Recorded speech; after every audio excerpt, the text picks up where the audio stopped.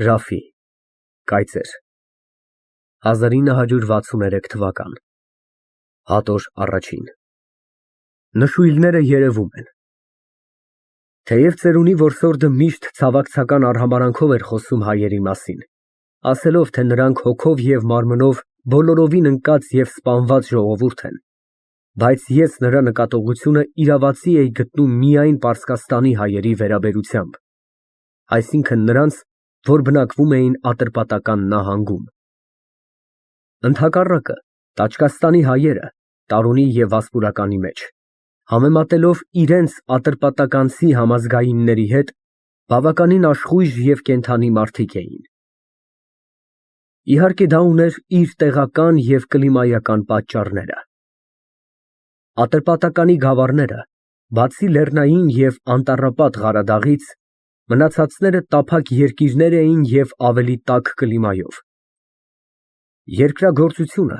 որ միակ աղբյուրն էր ժողովրդի ապրուստի, խիստ պինդ կերպով կապել էր բնակիչներին հողի հետ և հետևաբար շատ նեղ կերպով սեղմել էր նրանց հողատիրոջ աղաների ճանկերի մեջ։ Աղաների ճնշումն էր հաջորդաբար և տևողական։ Մի այսպիսի կեցության մեջ մարդը կորցնում էր իր ազատությունը և նրա հետ իր մտավոր և հոգեկան կենդանությունը։ Նա դառնում է կրավորական էակ։ Արձակ դաշտը,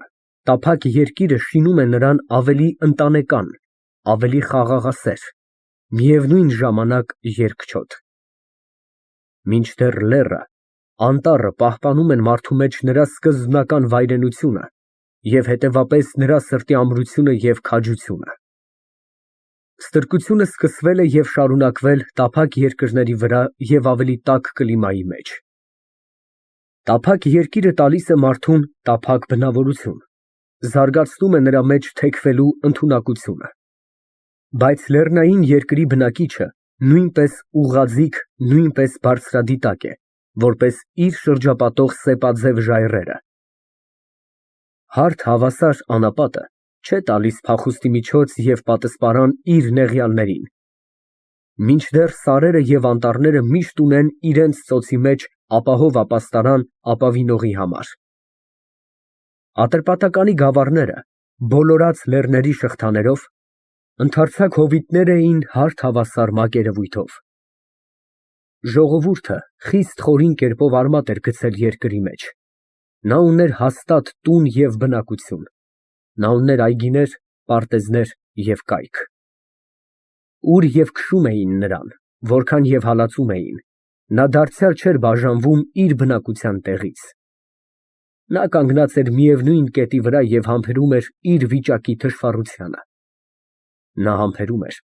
որովհետև նրան դժվար էր բաժանվել մի երկրից, ուր պետք է թողներ իր շատ տարիների աշխատության պտուղը։ Նա մեխված էր գետնի հետ որպես իր տնկած ծառերը, իր շինած տունը և իր ցանած բույսերը, որովհետև նրանց գոյության հետ կապված էր իր կյանքը։ Թեև այստեղ ժողովուրդը աշխատում էր մեծ մասամբ աղաների համար, բայց նրանք թողնում էին այնքան, որ մշակը կարողանար շարունակել իր կենդանությունը, որ նրա ձեռքերը կարողանային գործել։ Բայց իսպառ խլել մշակից կյանքը դա աղայի համար ձեռնտու չէր, որպես ձեռնտու չէր նրան սպանել իր աշխատող անասուններին։ Ատրպատականի հայը միշտ երևում էր զինվորված իր երկրագործական գործիքներով։ Նրա ձեռքում միշտ տեսնվում էր բահ, բրիչ, մանգաղ և անասունները քշելու խարազան։ Արյուն թափող և անձնապաշտպանության անոթների մասին նա գաղափար անգամ չուներ։ Նա այնքան վախենում էր արյունից, որքան դևից և սատանայից։ Տաք կլիման թուլացրել էր նրա ուղեղը, նրա կենսական ուժը։ Տափակ երկիրը շինել էր նրան մի անփախչելի որս աղայի ձեռքում։ Իսկ հողագործությունը պահպանում էր նրա մեջ անասնական բթամտությունը և եզի համբերությունը։ Տարոնը և Վասպուրականը ավելի լեռնոտ և սառը երկիրներ էին։ Շատ տեղ սարերը ծածկված էին անտառներով։ Երկարատև ձմեռը, անդադար անձրևները, իսկ տարվա ջերմ եղանակներում երաշտությունը կացուցանում էին հողը անհարմար ցանքերի համար։ ի բաց առյալ Վանա ծովակի շրջակա ցած երկիրները և Ասորեստանի սահմանակից հարավային կողմերը, մնացյալ գավառները լեռնային բարձրավանդակներ էին, որոնք միայն տալիս էին ճոխ մարգեր խաշնարածության համար։ Այս պատճառով բնակիչների գլխավոր պարապմունքը անասնապահությունն էր։ Հայերը առավելապես բռնել էին այն տեղերը, ուր կարելի էր և վարուցանքով պարապվել։ Իսկ այդ չէր կացուցանում նրանց ապրուստի գլխավոր աղբյուրը։ Նրանք միևնույն ժամանակ և երկրագործ, և հովիվներ էին։ Ձմեռը անցուցանում էին նրանք գետնափոր խրճիթներում, իրենց գյուղերի մեջ, իսկ տարվա մնացած ամիսները չադրներում, լեռների բարձրավանդակների վրա։ Այստեղ հայերի մի այսպիսի կիսաչվական և կիսահաստատաբնակ կեցությունը տվել էր նրանց բնավորությանը երկակենցաղ կենդանիների հատկություններ։ Նրանց գետնափոր խրճիթները իրենց ստորերկրյա ոլոր-մոլոր խորշերով ավելի նման էին սողունների որջին, և դա մտցրել էր բնակիչների մեջ օձի նենգությունը և նրա ոխերիմ չարամտությունը։ Նա պատրաստ էր խայթել, եթե հարմար միջոց գտներ։ Նրանց հովվական չադրները, կազմված լեռների բարձրավանդակների վրա, բազմագոչ ջրվեժների մոտ, շրջապատած հսկայական ժայռերով, որոտի և կայծակի ահեղ սպառնալյաց ներքո, տվել էին նրանց բնավորությանը ավելի կիսավայրենի և կիսագազանային հատկություններ։ Հովվական կյանքը իր նահապետական պարզության հետ ունի և իր վայրենի կատաղությունը։ Մշակական կյանքը իր աշխատասեր հոգու հետ պահպանում է թուլասրտություն և երկչոտություն։ Հայը իր հայրենի լեռների թեև հարազատ, բայց փչացած որդին էր։ Քուրդը նրա մտերիմ որդեգիրն էր։ Հայը ոչ կատարյալ երկրագործ էր և ոչ կատարյալ հովիվ։ Քուրդը հավատարիմ էր մնացել իր պարապմունքին, նա հոգով և սրտով հովիվ էր, այդ բառի բուն նշանակությամբ։ Այս պատճառով նա տիրում էր։ Հովիվները միշտ տիրում են որպես իրենց հոտերին, նույնպես և մերձավոր ժողովուրդներին։ Մարդկության առաջին տիրապետողները եղել են հովիվները։ Մեր Հայկ Նահապետը նույնպես մի քաջ հովիվ էր։ Տարոնի և Վասպուրականի հայը և հովիվ էր և երկրագործ։ Նա վարում էր որպես չվական նույնպես և հաստատաբնակ կյանք։ Իր գյուղում, գետնափոր խրճիթների մեջ, նա ապրում էր որպես գազանը իր որջում։ Իր արտերի մեջ նա զինվորված էր բահով և մանգաղով։ Իր լեռների արոտներում նա զինվորված էր հրացանով և թրով։ Այսպիսի երկակենցաղ ապրուստը տվել էր նրան երկերեսանի բնավորություն։ Նա միևնույն ժամանակ նվաճյալ ժողովուրդ էր հպատակի բոլոր համբերությամբ և միևնույն ժամանակ կատաղի ապստամբ էր, եթե միջոցները կնպաստեին նրան։ Այս էր պատճառը, որ Կարոն շատ անգամ ասում էր. «Այս ժողովրդից կարելի է մի բան սպասել. նա բոլորովին մեռած չէ, նա մի օր կգցե իր պարանոցեն քրդի լուծը»։ Կարոյի գուշակությունը անհիմն չէր։ Շատախի, Սաստո և Մոկած երկրի հայերը, որոնք իրենց կենցաղավարությամբ չէին զանազանվում քրդերից, բոլորովին ազատ էին և ինքնակա։ Նրանք շատ անգամ միանալով քրդերի հետ, թալանում էին այս և այն երկրները, և զարմանալին այն է, որ չէին խնայում մինչև անգամ իրենց ազգայիններին։ Սաստո հայը երբեք իր պատյանը չէ դնում մերկացրած խենջարը առանց նրան թաթախելու հակառակորդի արյան մեջ։ Նա շատ դժվարությամբ է դուրս քաշում իր սուրը, իսկ երբ սուրը մերկացավ պատյանից, գործը վճռված է, նա պետք է կոտորե։ Այս երկրում, որքան ես նկատում էի, յուրաքանչյուր հայի սիրտը նմանում էր կիսահանգած օջախի,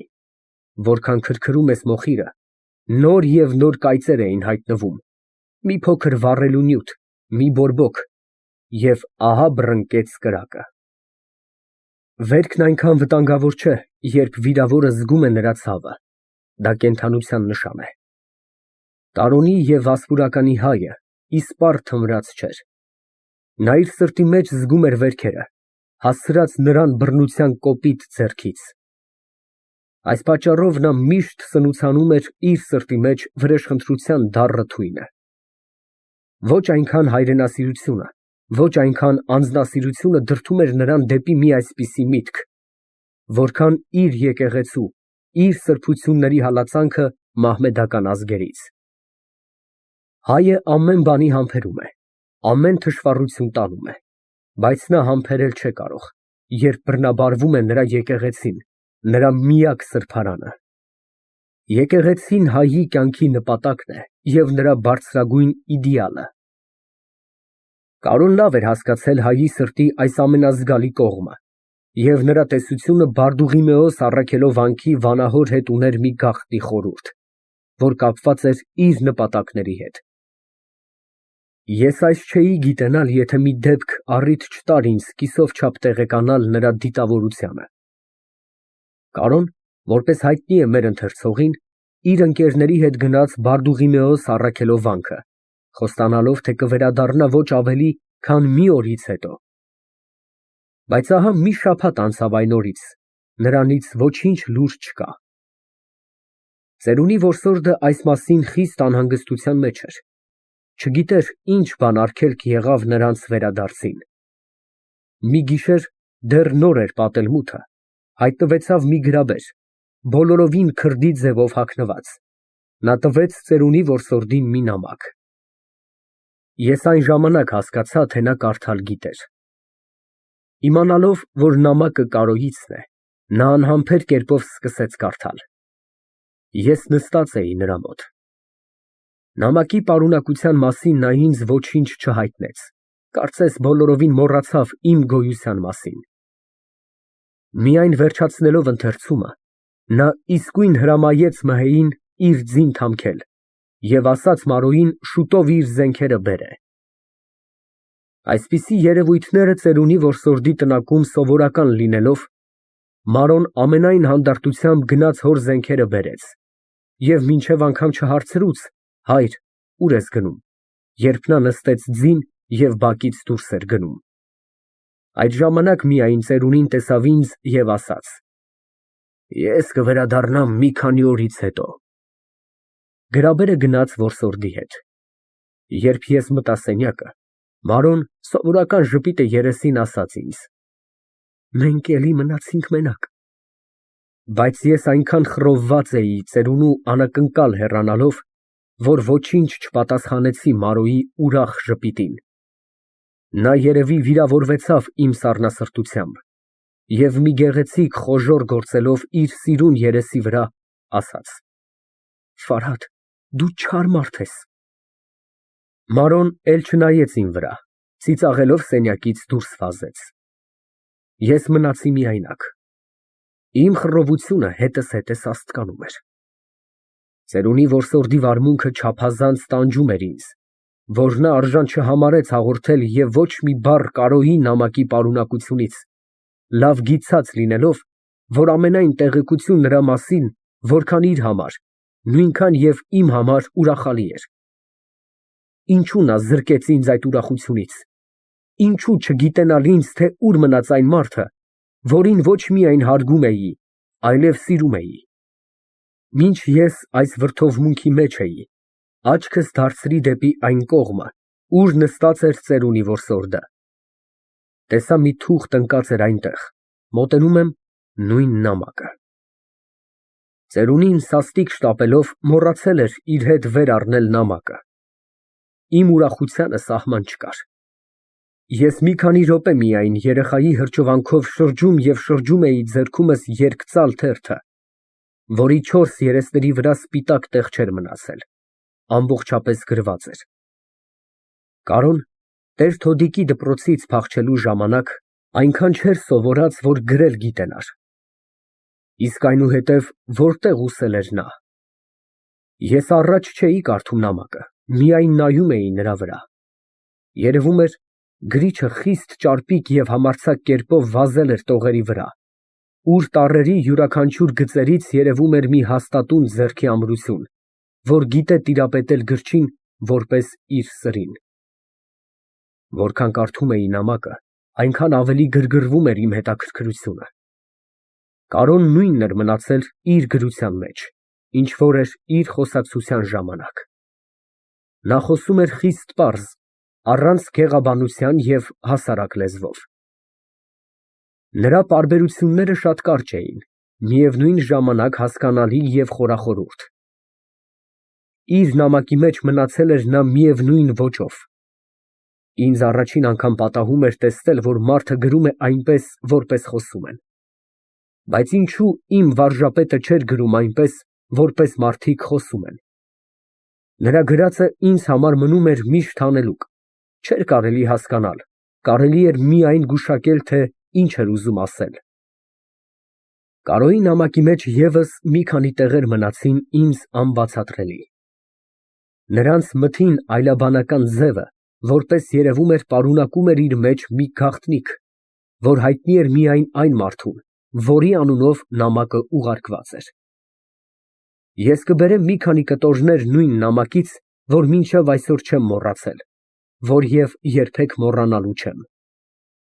Բարդուղիմեոս Առաքելով անահոր հետ տեսնվեցա։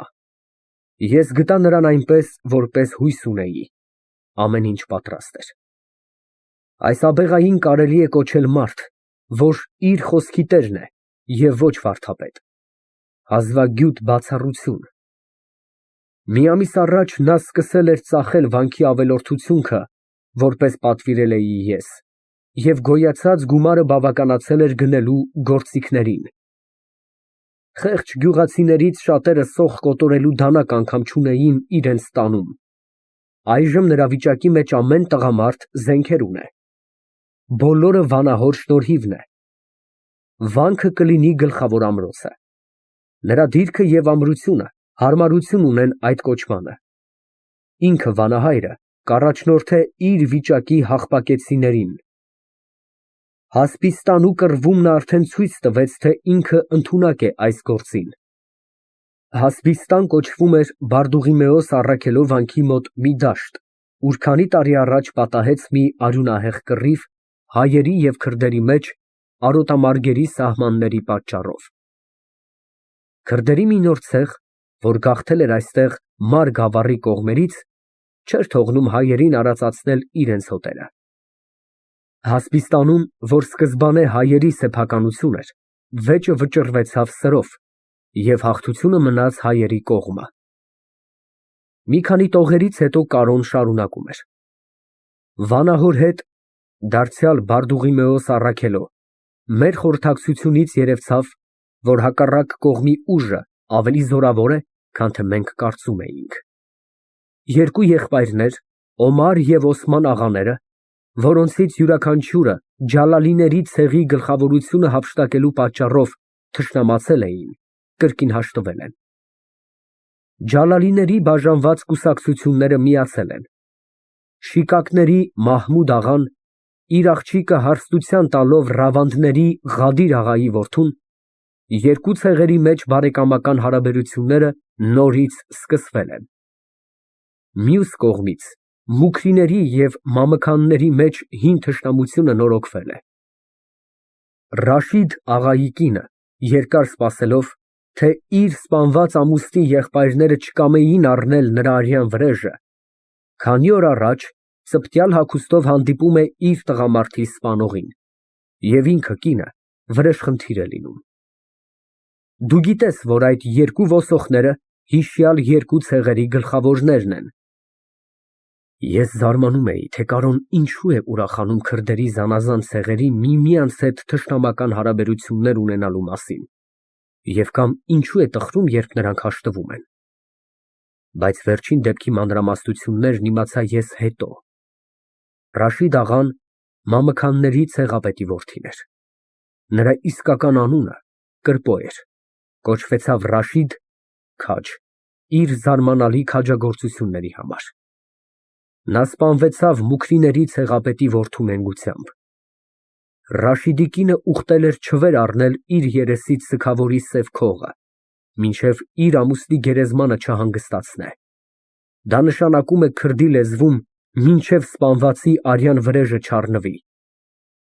Այս նպատակով Նա սնուցանում էր իր 12 տարեկան որդուն, որ առնե հոր վրեժը և կատարե մոր ուխտը։ Որդին մեռնում է կարճատև հիվանդությունից հետո։ Մայրը մի քանի օր անհետանում էր իր չադրից։ Նրանք գտնում են իր տղամարդի գերեզմանի մոտ այն ժամանակ, երբ իջնում է իր ձիուց և ոսոխի կտրած գլուխը դնելով ամուսնի շիրիմի վրա, ասում է. «Այժմ թող հանգստանան քո ոսկերքը»։ Վերջին օրերումս ուշնիի մեջ պատահած անցքը բավականին երաշխավորում է ասորոց կաթողիկոսի դաշնադրությունը մեզ հետ, շարունակում էր նամակագիրը։ Այնտեղի շեյխը քանդել է տվել մի հին ասորոց վանք, նրա քարերը իր բաղնիքի շինվածքի համար գործածելու։ Այդ այն վանքն է, ուր նեստորականները վաղեմի ժամանակներից սովորություն ունեին իրենց եպիսկոպոսների մարմինները թաղելու։ Կաթողիկոսը, որպես լսում եմ, բոլորովին կատաղած է այս բարբարոսության պատճառով։ Այսօր նրա սուրհանդակը ինձ մոտ եկավ։ Կաթողիկոսը ինձ կանչում է։ Առավոտյան ճանապարհ կընկնեմ դեպի Ճոլամերիկ։ Հարմար առիթ, պետք է դրանից օգուտ քաղել։ Ասորոց կաթողիկոսը նստում էր Ճոլամերկի Կոճանիս կոչված գյուղում, որ սահմանակից էր Հաղբակին։ Ասորոց մի ցեղ, որ կոչվում էր Ջուլո, անհիշելի ժամանակներից, պատսպարվելով Ճոլամերկի լեռների մեջ, պահպանել էր իր անկախությունը, որպես լազգիները Դաղստանում։ Կաթողիկոսը, որ կոչվում էր Մար Շիմոն, էր իր ցեղի քահանայապետը, միևնույն ժամանակ նրա մարմնավոր իշխանը։ Նա ուներ մինչև 30,000 զենք բռնող տղամարդիկ, մի խոսքով, նրա ժողովուրդը բոլորը պատերազմողներ էին։ Կաթողիկոսը ինքը սուր էր կրում։ Ճոլամերիկը, զետեղված, կորդված լեռների մեջ, մի փոքրիկ փակյալ չինաստան էր, որի մուտքը կապված էր օտարների համար։ Այնտեղ բնակվում էին միայն ջուլոներ և հայեր։ Եթե ուրիշ մարդ այնտեղ մտներ, առանց կաթողիկոսից թուղթ ունենալու իր ձեռքում, ամեն պատահող ջուլոն պատրաստ էր նրան սպանելու։ Բոլոր ժողովուրդը անասնապահներ էին։ Նրանց կյանքի պետքերը գոյանում էին իրենց հոտերից։ Ջուլոները ամենևին հարաբերություններ չունեին դրսի հետ, նրանք կենտրոնացած էին իրենց երկրի մեջ։ Ջուլոն հայտնի է իր դյուրագրգիռ, բարկացկոտ և հանդուգն բնավորությամբ, նա միևնույն ժամանակ քաջ և բարի մարդ է։ Բայց Կարոն ինչ գործ ուներ միանալու այդ վայրենիների հետ, ինչ դաշնադրություն էր, որ նա կապում էր ասորաց պատրիարքի հետ։ Այստեղ, Բարդուղիմեոս առաքելով վանքում, ես ստացա մի քանի նամակներ։ Ն.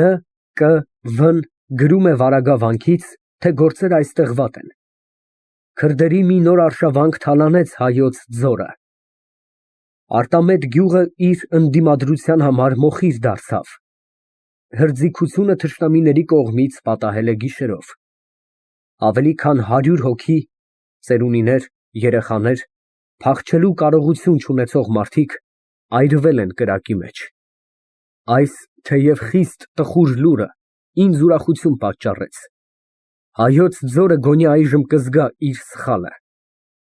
Նա երկար չէր ուզում մասնակից լինել ընդհանուր գործին։ Բժշկության մասին մտածում են այն ժամանակ, երբ հիվանդն ընկած է։ Վերջին տողերը կարդալու ժամանակ ես սարսափեցա։ Կարոյի խստասրտությունն անցնում էր չափից։ Ավելի քան 100 ծերեր, երեխաներ այրվում են հրդեհի բոցերի մեջ, նա ուրախանում է, որովհետև այս դեպքից կարող էր նա օգուտ քաղել իր դիվական նպատակների համար։ Իսկ նպատակը դեռ ինձ հայտնի չէր։ Մուշի և Բաղեշի կողմերից ոչինչ լուր չկա։ Դատվանի Ռաիսը (տանուտերը) գրում է այստեղ ամեն ինչ պատրաստ է։ Շատախուն նոր վրդովմունք է ծագել ժողովրդի մեջ։ Հոգվոց վանքի վարդապետը չէ դադարում իր վաղեմի նենգություններից։ Ինչ պետք է անել այդ վասակի հետ։ Ուղարկեցեք այնտեղ Մհեին, իմ կարծիքով նրա գործն է հանգստացնել սևագլուխ սատանային։ Մհեն,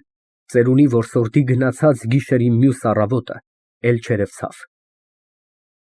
Քանի օրից հետո մենք լսեցինք հոգվոց վանքի վարդապետին իր խուցի մեջ սպանել են։ 2 օր չանցած այս լուրը մեզ հասնել են, կրկին հայտնվեցավ Մհեն։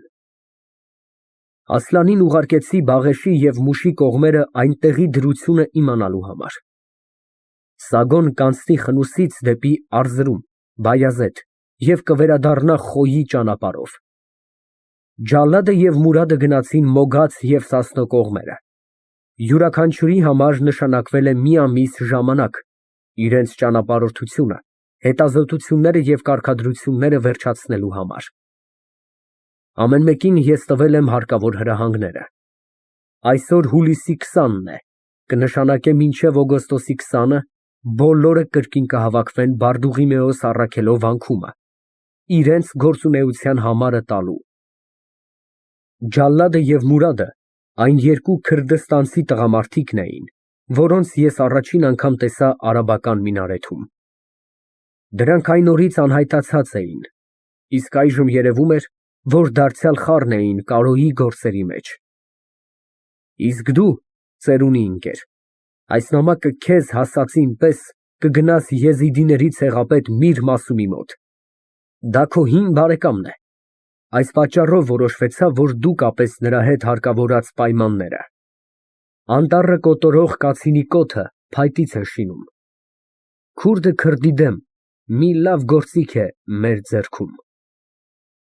Եզիդիները, եթե ընթերցողը հիշում է, քրդերի այն ցեղն էին, որ կրոնքով տարբեր էին իրենց մահմեդական ազգայիններից և միշտ նրանցից հալածված։ Այդ միակ ցեղն էր, որ հաշտ էր հայերի հետ և ավելի բարեկամ, թեև նա ուներ իր ազգի բոլոր ավազակային հատկությունները։ Մահմեդական քրդերը համարում էին եզիդիներին հեթանոսներ և խիստ ատելությամբ վարվում էին նրանց հետ։ Եզիդիները ներկայացնում էին մարական ցեղի սկզբնական տիպը, մնացած իր մոգական սովորություններով։ Կարդալով Կարոյի գրածները եզիդիների մասին, ես այժմ գիտեի ծերունի որսորդի ճանապարհորդության նպատակը։ Մի քանի տողեր նամակի մեջ վերաբերում էին ինձ։ Ֆարհատի մասին անհանգիստ եմ։ Ես նրան թողեցի հիվանդ, չգիտեմ ինչպես է այժմ նրա առողջությունը։ Իհարկե նրա մասին ինձ տեղեկություն կտաք։ Խնամեցեք այդ մանուկ վագրին, նրա մեջ շատ հարուստ, բայց դեռ չմշակված ուժեր կան։ Վերջին տողերը կարդալու ժամանակ արտասուքս սկսեց թափվել իմ աչքերից։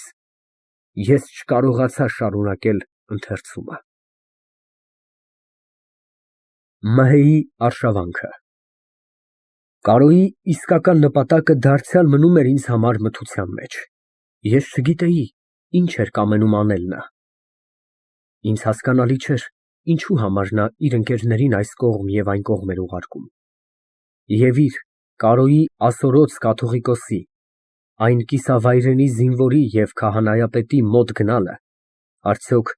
ինչ խորհուրդ ուներ։ Կարոն այն մարդերից չէր, որ օդի մեջ ամրոց կառուցանե կամ դատարկ ցնորքների ետևից ընկնե։ Նա կցաներ այնտեղ, որտեղից հաստատ գիտեր, թե հնձել կարող է։ Իսկ այդ բոլոր զգուշավոր և գաղտնածածուկ նախապատրաստություններից ինչ օգուտ պետք է քաղեր նա։ Ահա մտքեր, որոնք ինձ պաշարեցին նամակի ընթերցումից հետո։ Կարոյին ես ճանաչում էի այն ժամանակ, երբ նա մի լուռ, մտախոհ, միևնույն ժամանակ դեպի ամեն վատություն ոխերիմ պատանի էր։ Երբ նա մեր դպրոցից անհայտացավ, այնուհետև նրա մասին ոչինչ չգիտեի, թե ուր գնաց, ինչով էր պարապում այնքան ժամանակ և ինչ առիթով կրկին վերադարձավ։ Միայն հասարակական կարծիքը նրա մասին լավ չէր խոսում։ Նրան համարում էին մի համարձակ սրիկա և ավելի ոչինչ։ Բայց մի մարդ, որ միշտ ամբախտի և թշվառի բարօրության համար էր մտածում, մի մարդ, որ աշխատում էր նեղյալի հանգստության համար, կարո՞ղ էր սրիկա լինել։ Ներքին ձայնը պատասխանում էր ոչ։ Իսկ միևնույն ժամանակ Կարոյի անսահման բարեմտության հետ խառն նկատվում էին արարմունքներ, որոնք բարի մարդու գործեր չէին։ Մարոյի հայտնած գաղտնիքը քանդված մատուռի մոտ, Ղանլի֊Դարայի մեջ, այն նվիրական ծառերի հովանու տակ, թե որպես Կարոն սպանել էր իր ընկերներից մեկին, մի հնդկացի երիտասարդի, ամենափոքր կասկածանքի պատճառով, այդ սարսափելի եղեռնագործությունը ես տակավին մոռացել չէի։ Իսկ այժմ իր նամակի մեջ նա ծերունի որսորդին առաջարկում էր մի ուրիշ չարագործություն, հանգստացնել հոգվոց վանքի վարդապետին, կտրել մի օծյալ գլուխ և կիսախելագար մհեն պետք է կատարեր դահճի պաշտոնը։ Բայց կմասնակցե ծերունի որսորդը մի այսպիսի արյունոտ գործին, մտածում էի ես։ Ներս մտավ Մարոն ծիծաղելով, նա ձեռքը սեղմել էր իր կուրծքի վրա, կարծես աշխատում էր պահել իր ծիծաղը, թեքթեքվում էր, ուզում էր խոսել, բայց դարձյալ զսպել իր ծիծաղը չէր կարողանում։ Այնպես ծիծաղելով ընկավ օդոցի վրա, համարյա թե մարեցավ։ Ի՞նչ է պատահել, հարցրի ես։ Նա չկարողացավ պատասխանել։ Հանկարծ դռները շառաչմամբ ետ գնացին և լսելի եղավ մհեի ձայնը. Ո՞ր սատանան տարավ իմ տրեխները։ Վիթխարի կերպարանքը հայտնվեցավ սենյակի մեջ որպես մարմնացած կատաղություն։ Նա իր ձեռքում բռնած ուներ մի ահագին լախտ, որի գնդաձև գլխի վրա մեխել էր իր կյանքի մեջ գտած բոլոր բևեռները։ Մարոն սկսեց հավատացնել մհեին, թե ինքը նրա տրեխների կորուստի մեջ հանցավոր չէ, թե նա շատ ցավում է, որ այսպես էր պատահել։ Եվ ավելցրուց, տրեխները բոլորովին հում կաշուց շինած լինելով, և որովհետև ինքը մհեն չէր հագնում նրանց, այլ քարշ տալով ախոռի պատից պահում էր զատի կորվա համար, տրեխները բոլորովին չորացել և կծկվել էին։ Երբ մհեն դրեց նրանց ջրի մեջ, որ փափկեն, լայնանան, որ կարողանա հագնել, անիծված շունը օգուտ քաղելով մհեի բացակայությունից, գողացավ տրեխները։ Եվ ինքը Մարոն այս րոպեիս տեսավ, որ նա բակի մեկ անկյունում նստած, դեռ վայելում էր իր անուշ ընթրիքը։ Մարոն այս բոլորը պատմեց մի այնպիսի հեգնական ոճով, որ ավելի շարժեց մհեի կատաղությունը և ավելացրուց.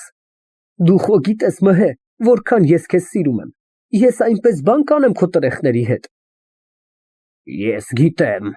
քրթմնջաց վիթխարին և իր վայրենի աչքերը ուղղելով սիրուն օրիորդի երեսին, սենյակից դուրս գնաց։ Ֆարհատ, իմանում ես, ախր այդ հիմարը սիրահարված է իմ վրա, դարձավ Մարոն դեպի ինձ։ Չէ կարելի քեզ տեսնել ու չսիրահարվել։ Նա որպես թե չլսեց իմ խոսքը։ Խեղճ տղա, նա մինչև այսօր պահում է իր ծոցի մեջ իմ հին գուլպաների մի հատը։ Քանի տարի է։ Շատ անգամ տեսել եմ, ինչպես հանում է նա ծոցեն, մտիկ է անում, ուրախանում է և սեղմում է շրթունքի վրա։ Մի անգամ ես հիվանդ էի, ձմեռ էր։ Խեղճը նստում էր իմ սենյակի դռանը, ամբողջ գիշերը չէր քնում, դռան ճեղքից ականջ էր դնում, թե ինչպես շունչ եմ քաշում ես, որպես հոգոց եմ հանում։ Շատ անգամ ես լսում էի, նա լաց էր լինում։ Մի այնպիսի գազանը լաց էր լինում։ Դու գիտես, Ֆարհադ, իմ սենյակի դուռը բացվում է ուղիղ բակի մեջ։ Նա նստում էր ձյունի և սառի տակ։ Երևի նա երբեմն քաղցրիկ խոսքեր է քեզ ասում։ Ոչ, ոչ, չէ ասում։ Նա միայն մտիկ է անում իմ երեսին, խորին կերպով մտիկ է անում, ուրախանում է, երբ ես նրան ուշունց եմ տալիս։ Երևի դա նրան զվարճություն է պատճառում։ Հա, մի այդպիսի բան։ Լսիր, մի անգամ նա ինձ ասաց. Մարո, բեր ձեռքս սկսեմ քո մազերին։ Դու բարկացա՞ր։ Ոչ, չբարկացա։ Եթե մի այսպիսի խոսք Սագոն ասեր, ես կբարկանայի, բայց մհեն ինչ որ ասե, ես չեմ բարկանա։ Նրա սիրտը իստակ է, նա չէ հասկանում ինչ բան է սերը։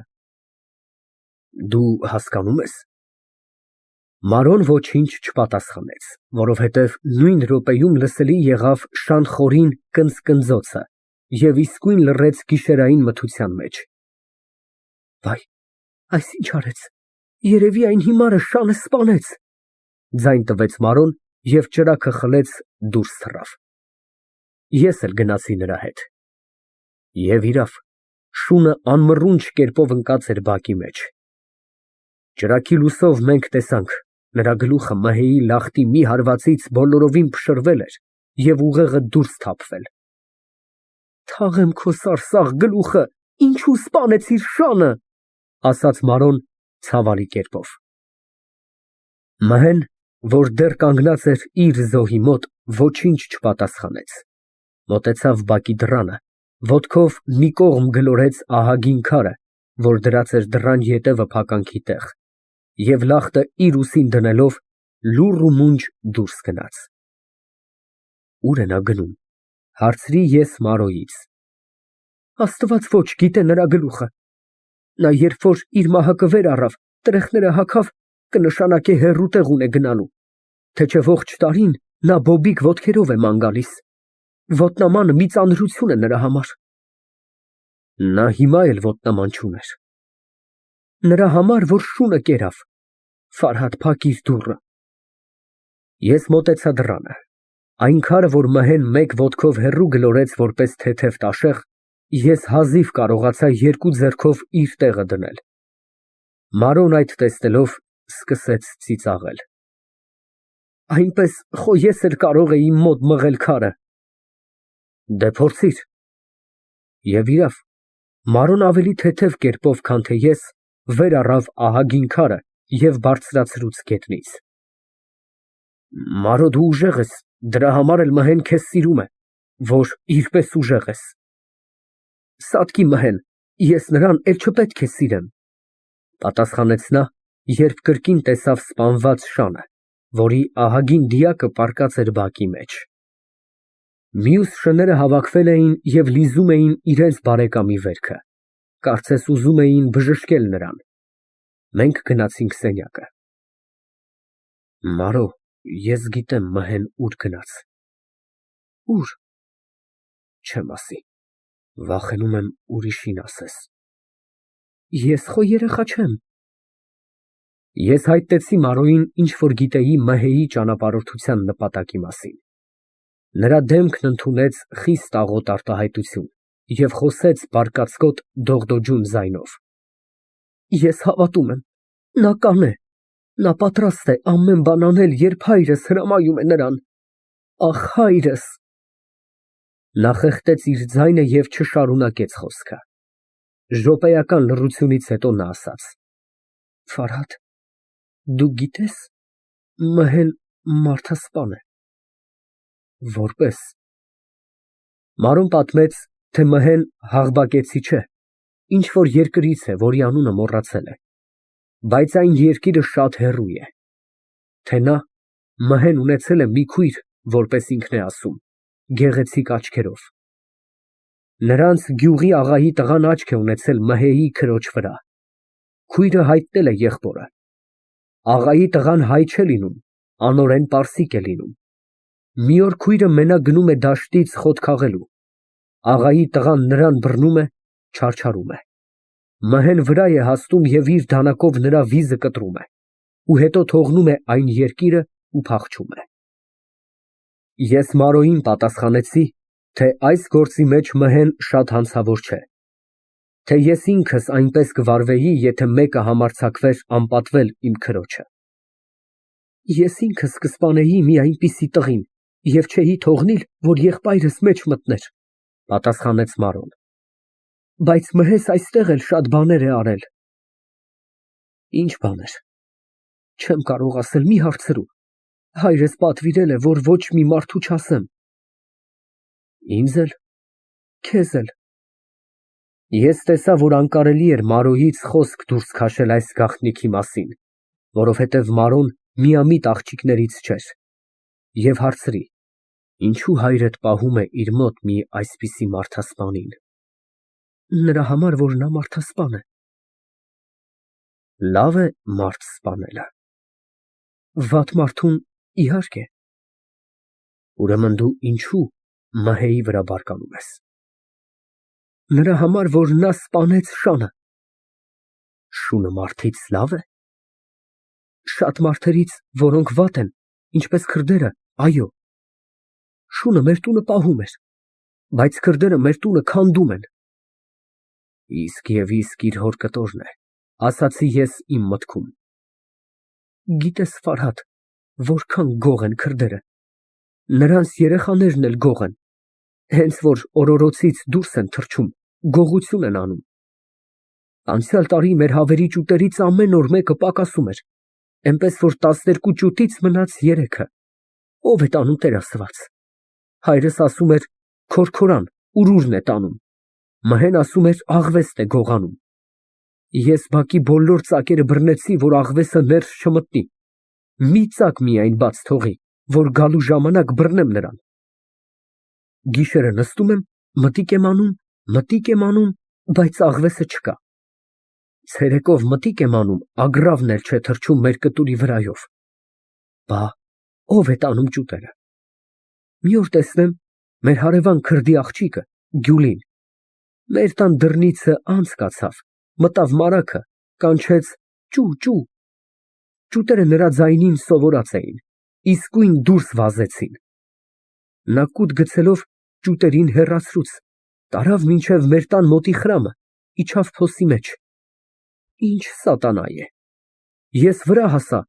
տեսնեմ ճուտերից մեկը բռնել է, ուզում է տանել։ Տո սատկած Գյուլի, ուր ես տանում մեր ճուտը, ասում եմ ես ու բռնում նրա ծամերից։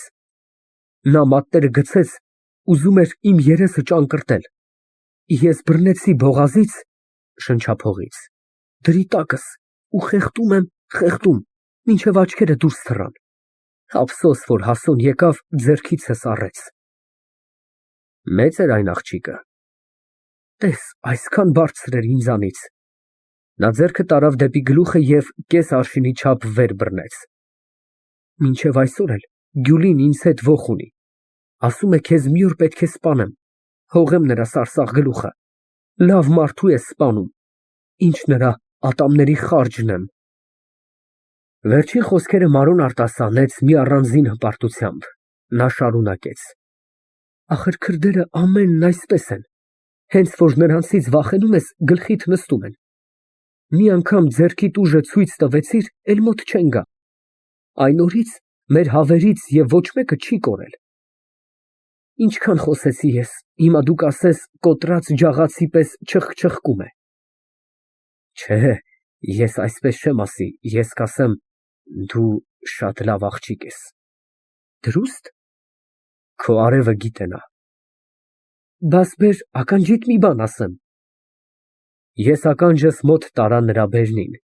նա ինչ որ փսփսաց և ես զգացի, որ ջերմ շրթունքները կպան իմ երեսին։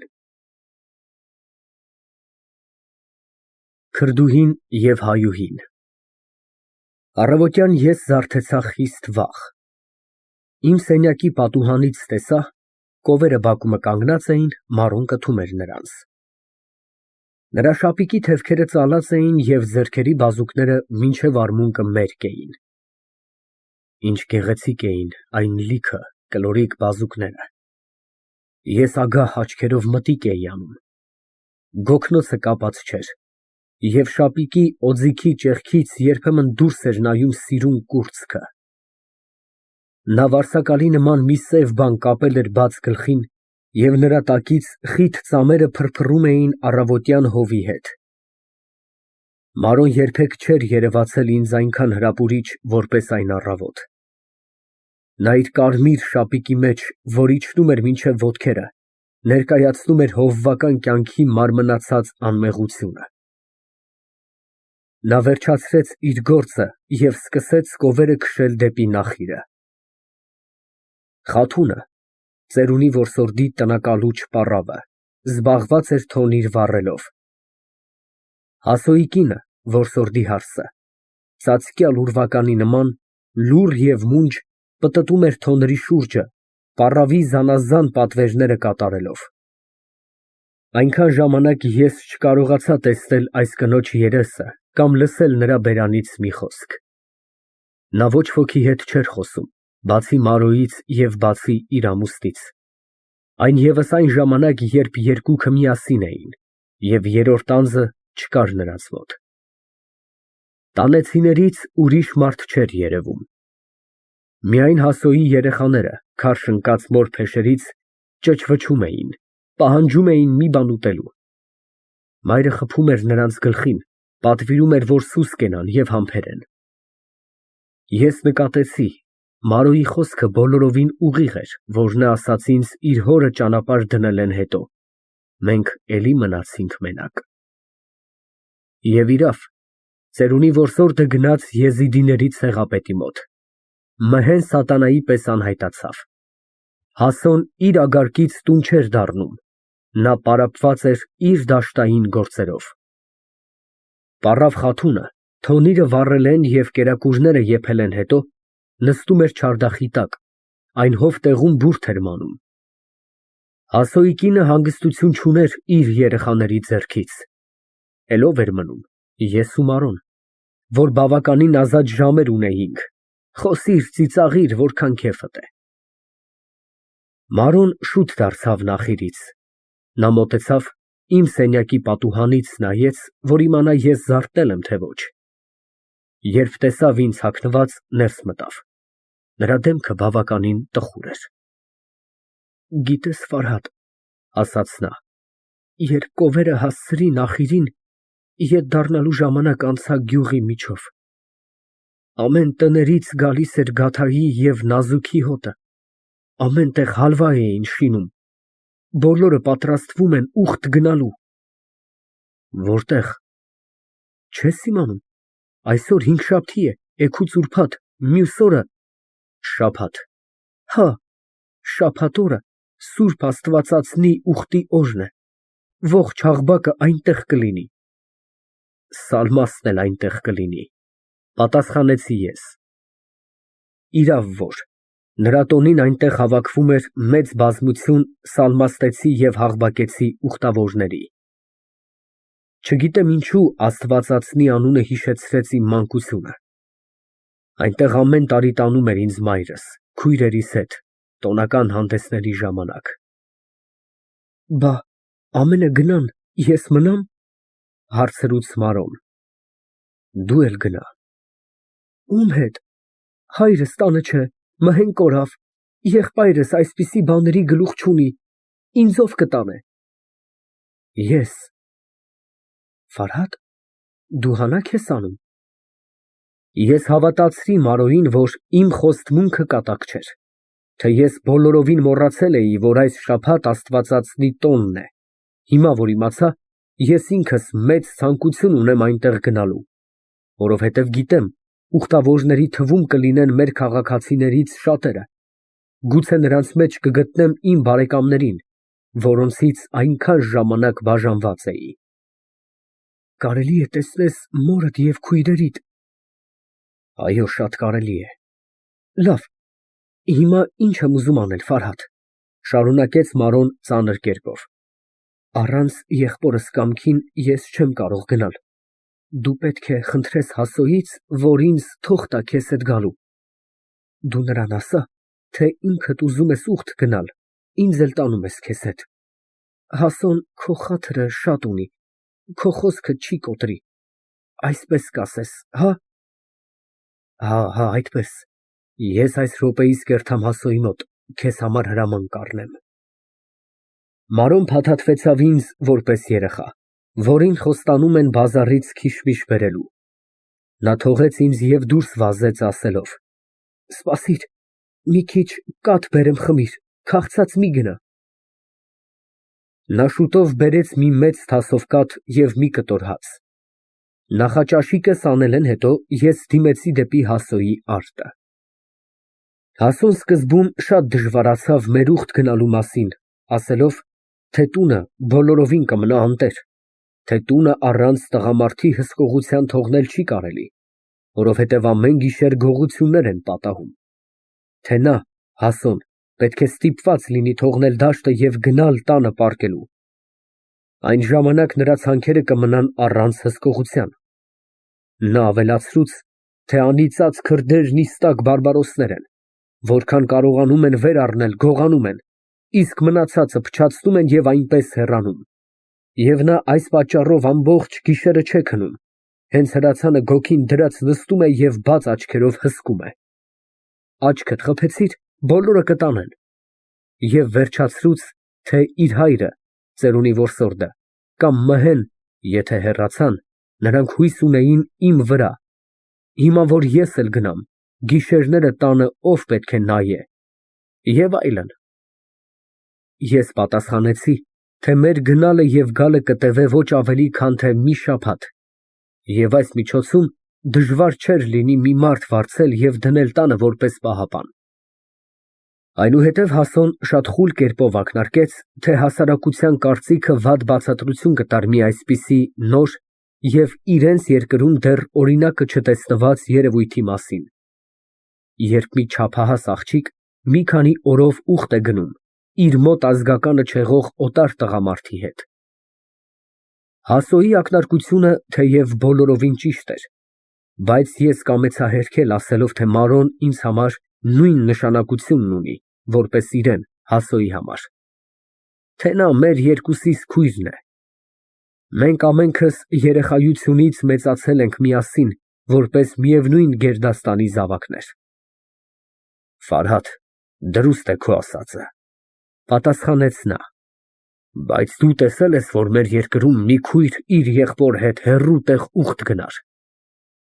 Չեմ տեսել։ Էլ ինչ ես խոսում։ Կովը կովի մոտ են կապում, հորթը հորթի մոտ, եզը եզան մոտ, այսպես էլ են մարդիկը։ Հասոն սովորություն ուներ իր խոսակցության մեջ ամեն օրինակները վերառնել անասուններից։ Դասավորել տեսակը տեսակի հետ, դա նրա համար օրենք էր։ Ես կգնամ մենակ, առանց Մարոյին իմ հետ տանելու։ Նա ոչինչ չպատասխանեց, մտածության մեջ ընկավ։ Ես գուցե կրկին չեմ վերադառնա, ավելացրի ես։ Հասոն նկատեց, թե որպեսզի վիրավորական հանգով հայտնեցի իմ վերջին և վճռական խոսքը, որ դրեց նրան խիստ դժվար դրության մեջ։ Նա գիտեր, որ իր հայրը ցանկանում էր ինձ իր մոտ պահել։ Այժմ հոր բացակայության ժամանակ առիթ տալ ինձ հեռանալու, դա գցում էր Հասոյի պատասխանատվության ներքո։ Հասոն անկեղծ էր, նա չուներ խորամանկ մարդու ձևերը։ Նա հայտնեց, թե Կարոն ինձ հանձնել էր նրա հորը, իսկ հայրը գնալու ժամանակ պատվիրեց Հասոյին, որ վարվեն իմ հետ եղբայրաբար, որպեսզի որսորդի տունը ինձ ձանձրալի չլիներ, և ավելացրուց, մի փոքր հանակի ձև տալով իր խոսքերին. Դու երեխայությունից իրա ասածի տղա էիր, Ես գիտեմ, թե քեզ կարողանամ հանգստացնել, Մարոյին չեմ կարող, նա ավելի կապը կտրած է։ Գնացեք, ինչպես ուզում եք, այնպես արեցեք, ես էս գործիցը ձեռքերս լվանում եմ։ Մարոն ուզում է, որ քո կամքովը լինի։ Ուրեմն թող Խաթունին էլ իր հետ վեր առնե։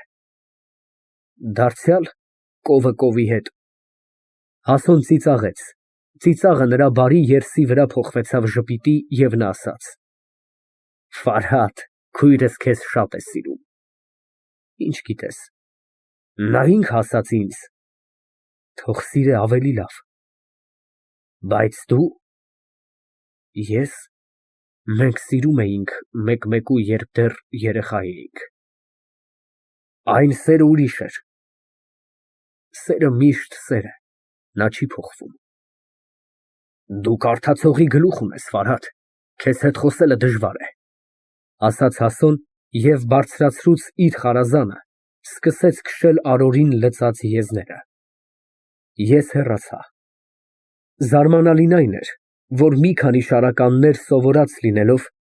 այն ժամանակ ես ուսումնական էի համարվում։ Իհարկե, Հասոյի աչքում ամեն տիրացու կշիռ ուներ, թեև ես ինքս այժմ ծիծաղում եմ իմ այն ժամանակվա գիտության վրա։ Հասոյի արտը բավականին հեռու էր գյուղից։ Ես շտապում էի շուտ տուն հասնել, հայտնել Մարոյին եղբոր համաձայնությունը։ Այդ պատճառով ընտրեցի թեև դժվարին, բայց ավելի կտրուկ և կարճ ճանապարհը։ Հարկավոր էր միայն իջնել ձորը, անցնել մի քանի բլուրներ, վերջին բլուրի վրա արդեն կանգնած էր ծերունի որսորդի տունը։ Արեգակը թեև մի ժամ առաջ ծագել էր, բայց չէր երևում։ Օրը մառախլապատ էր, և մռայլոտ ձորի խլությունը տալիս էր նրան գերեզմանի նմանություն։ Այստեղ մի հազիվ նշմարելի շավիղ ոլոր-մոլոր գնում էր ձորի միջով, տեղ֊տեղ թաքնվում էր խոտերի մեջ, իսկ երբեմն ծածկվում էր փուլ եկած ժայռերի բեկորներով։ Այս զառիվայր և զառիվեր ճանապարհով կարող էին շրջել միայն եղջերուները։ Խորասուզված մտածությունների մեջ համարյա աննկատելի էր ինձ ճանապարհի դժվարությունը։ Ինձ պաշարել էր աստվածածնի ուխտագնացության ուրախությունը։ Մտածում էի,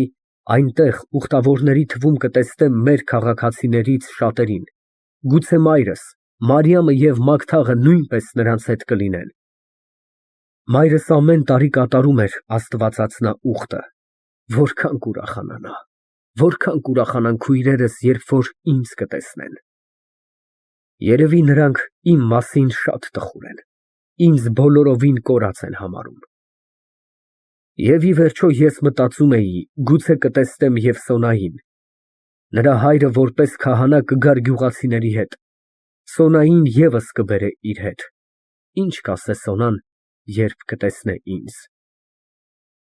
Ծերունի որսորդի տունը գալեն հետո առաջին անգամ ջերմ կարոտով ես հիշեցի մեր խրճիթը, հայրենական երկիրը, այն մարդիկներին, որոնց ճանաչում էի,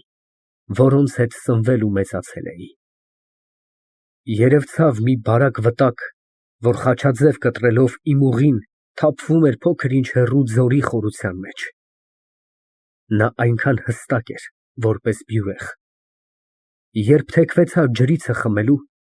տեսնում եմ, վտակը բերում է իր հետ խիստ մանր ավազներ,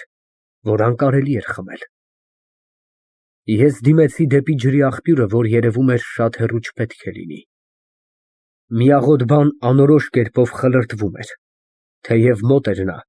բայց վաղորդյան մառախուղը թույլ չէր տալիս պարզ տեսնել։ Երբեմն կծկվում էր նա, երբեմն բաժանվում էր, և ամեն մի մասը տնկվելով գետնի վրա, մարդու մռայլ կերպարանք էր ընդունում։ Նրանք դարձյալ միացան և կազմեցին մի սև շարժուն գունդ։ Ինչ պետք է լինի։ Մոտենում եմ։ Երկու արարած, միմյանց փաթաթված, աշխատում էին մինը մյուսին տակով անել։ Նրանք կանայք էին։ Մեկի ձեռքում փայլեց դանակը։ Ես մոտ հասա։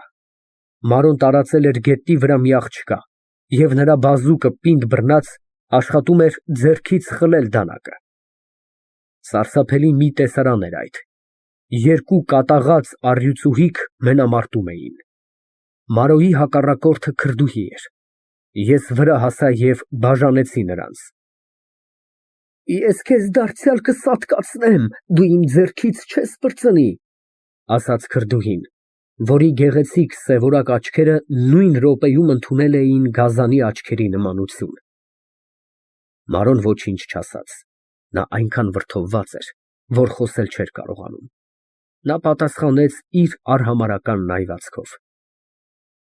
Քրդուհին ավելի գեղեցիկ է իր կատաղության րոպեում։ Նրա հոգին և արտաքին կերպարանքը կազմակերպում են այն ժամանակ մի ամբողջ պատկեր, որի մեջ նա երևում է իր բոլոր քաջազնական բնավորությամբ։ Ես չէի կարող առանց համակրության նայել լեռների այն ազատ թստեր վրա, թեև մի րոպե առաջ նա ուզում էր սպանել Մարոյին։ Ինչո՞ւ էիր սպանում այս աղջկան, հարցրի ես քրդուհիից։ Դու չգիտես, աղա, նա ինձ համարում էր թուրք։ Ինչպես սատանա է այս աղջիկը, կասես թե ֆլա, հայի նախատական կոչումը քրդի լեզվում։ Նա համարձակվում է ձեռքը բարձրացնել իմ վրա, մի օր ուզում էր խեղդել ինձ, որ հայը այսպես կանե։ Հայը ինչ է, որ չկարողանա այսպես անել։ Հայը շուն է, հենց որ հաճե գլխին խփիր և ձենը կկտրե։ Արյունը վազեց դեպի իմ գլուխը, ձեռքերս դողացին։ Բայց ինչ մեղ ուներ քրդուհին, երբ անարգում էր մի ազգություն, որ ինքն իր ստորությամբ առիթ էր տվել իր մասին կազմել մի այսպիսի վատ կարծիք։ Բայց Մանրոն համբերել չկարողացավ։ Նա կրկին հարձակվեցավ քրդուհու վրա և մի հարվածով գլորեց նրան գետնին։ Ես դժվարությամբ կարողացա ազատել նրա ճանկերից ոչ սակավ կատաղած զոհը։ Թող տուր խեղդեմ դրան, ասում էր Մանրոն։ Շուն, Գոռում էր քրդուհին։ Այն ժամանակ միայն նկատեցի, որ Մարոյի ձեռքից արյուն էր հոսում։ Երբ առաջին անգամ քրդուհու բազուկը բռնած նա աշխատում էր խլել նրանից դանակը, մատը վիրավորվել էր և իր խռովության մեջ չէր զգում ցավը։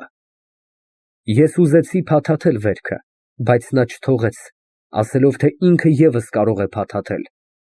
Նա մոտեցավ աղբյուրին, սկսեց սառը ջրով լվանալ արյունը։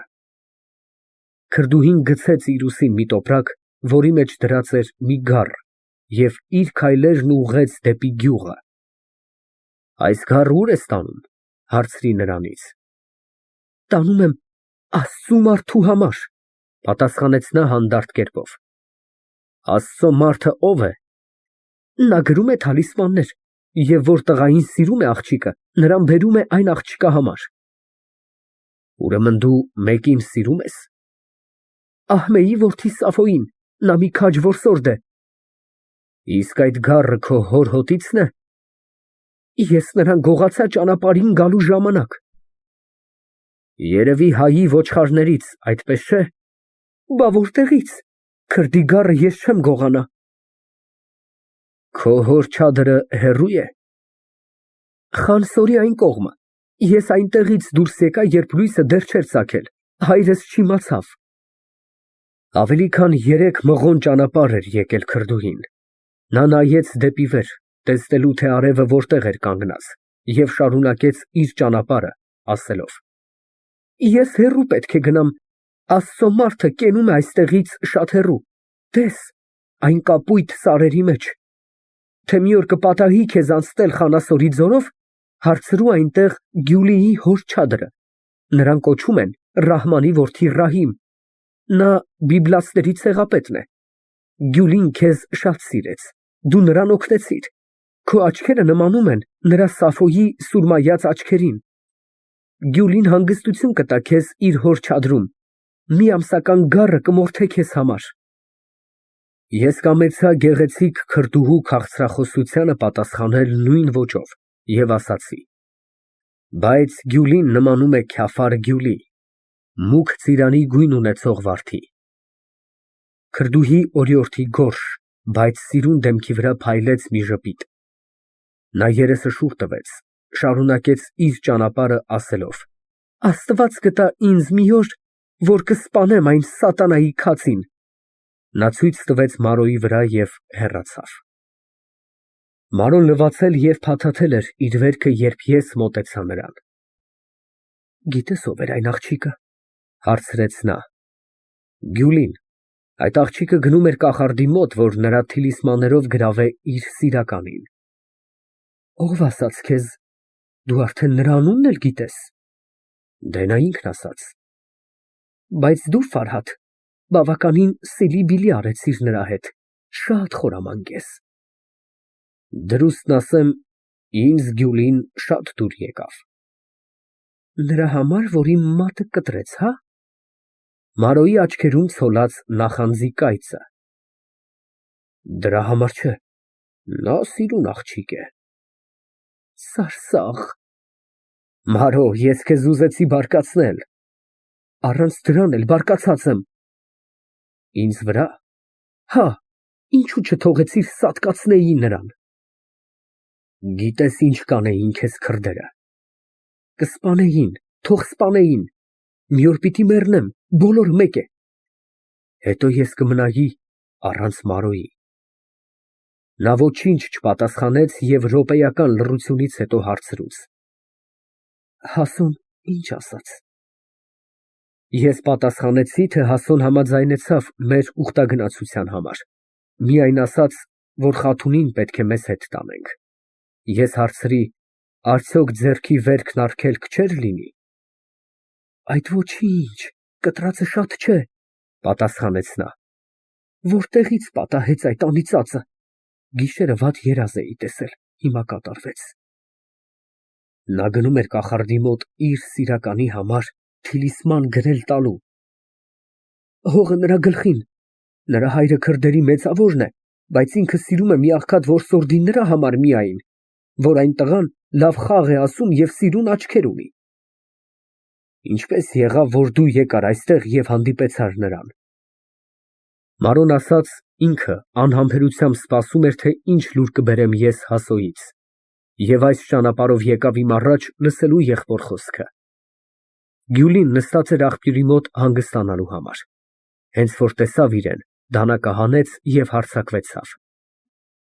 Բայց ախր ինչու է նա քեզ հետ թշնամացել։ Դա հին բան է, պատասխանեց Մանրոն։ Մի տարի Գյուլիի հոր ցեղը եկավ մեր գյուղում ձմեռելու։ Գյուլին մեր տան մոտն էր կենում։ Ամեն օր մենք տեսնում էինք, որ մեր հավերից մեկը պակասում էր, ով էր տանում չէինք իմանում։ Հայրս ասաց, կարելի է աղվեստ է գողանում։ Ես մի օր նստեցի մարագի դռանը, հսկում էի, որ աղվեսը գա և նրան բռնեմ, հավերի վրեժն առնեմ։ Տեսնում եմ, Գյուլին դևի պես հայտնվեցավ։ Նա կուզեկուզ մոտեցավ, մարագի դուռը բաց արավ։ Ես թաքնված էի, նա ինձ չտեսավ։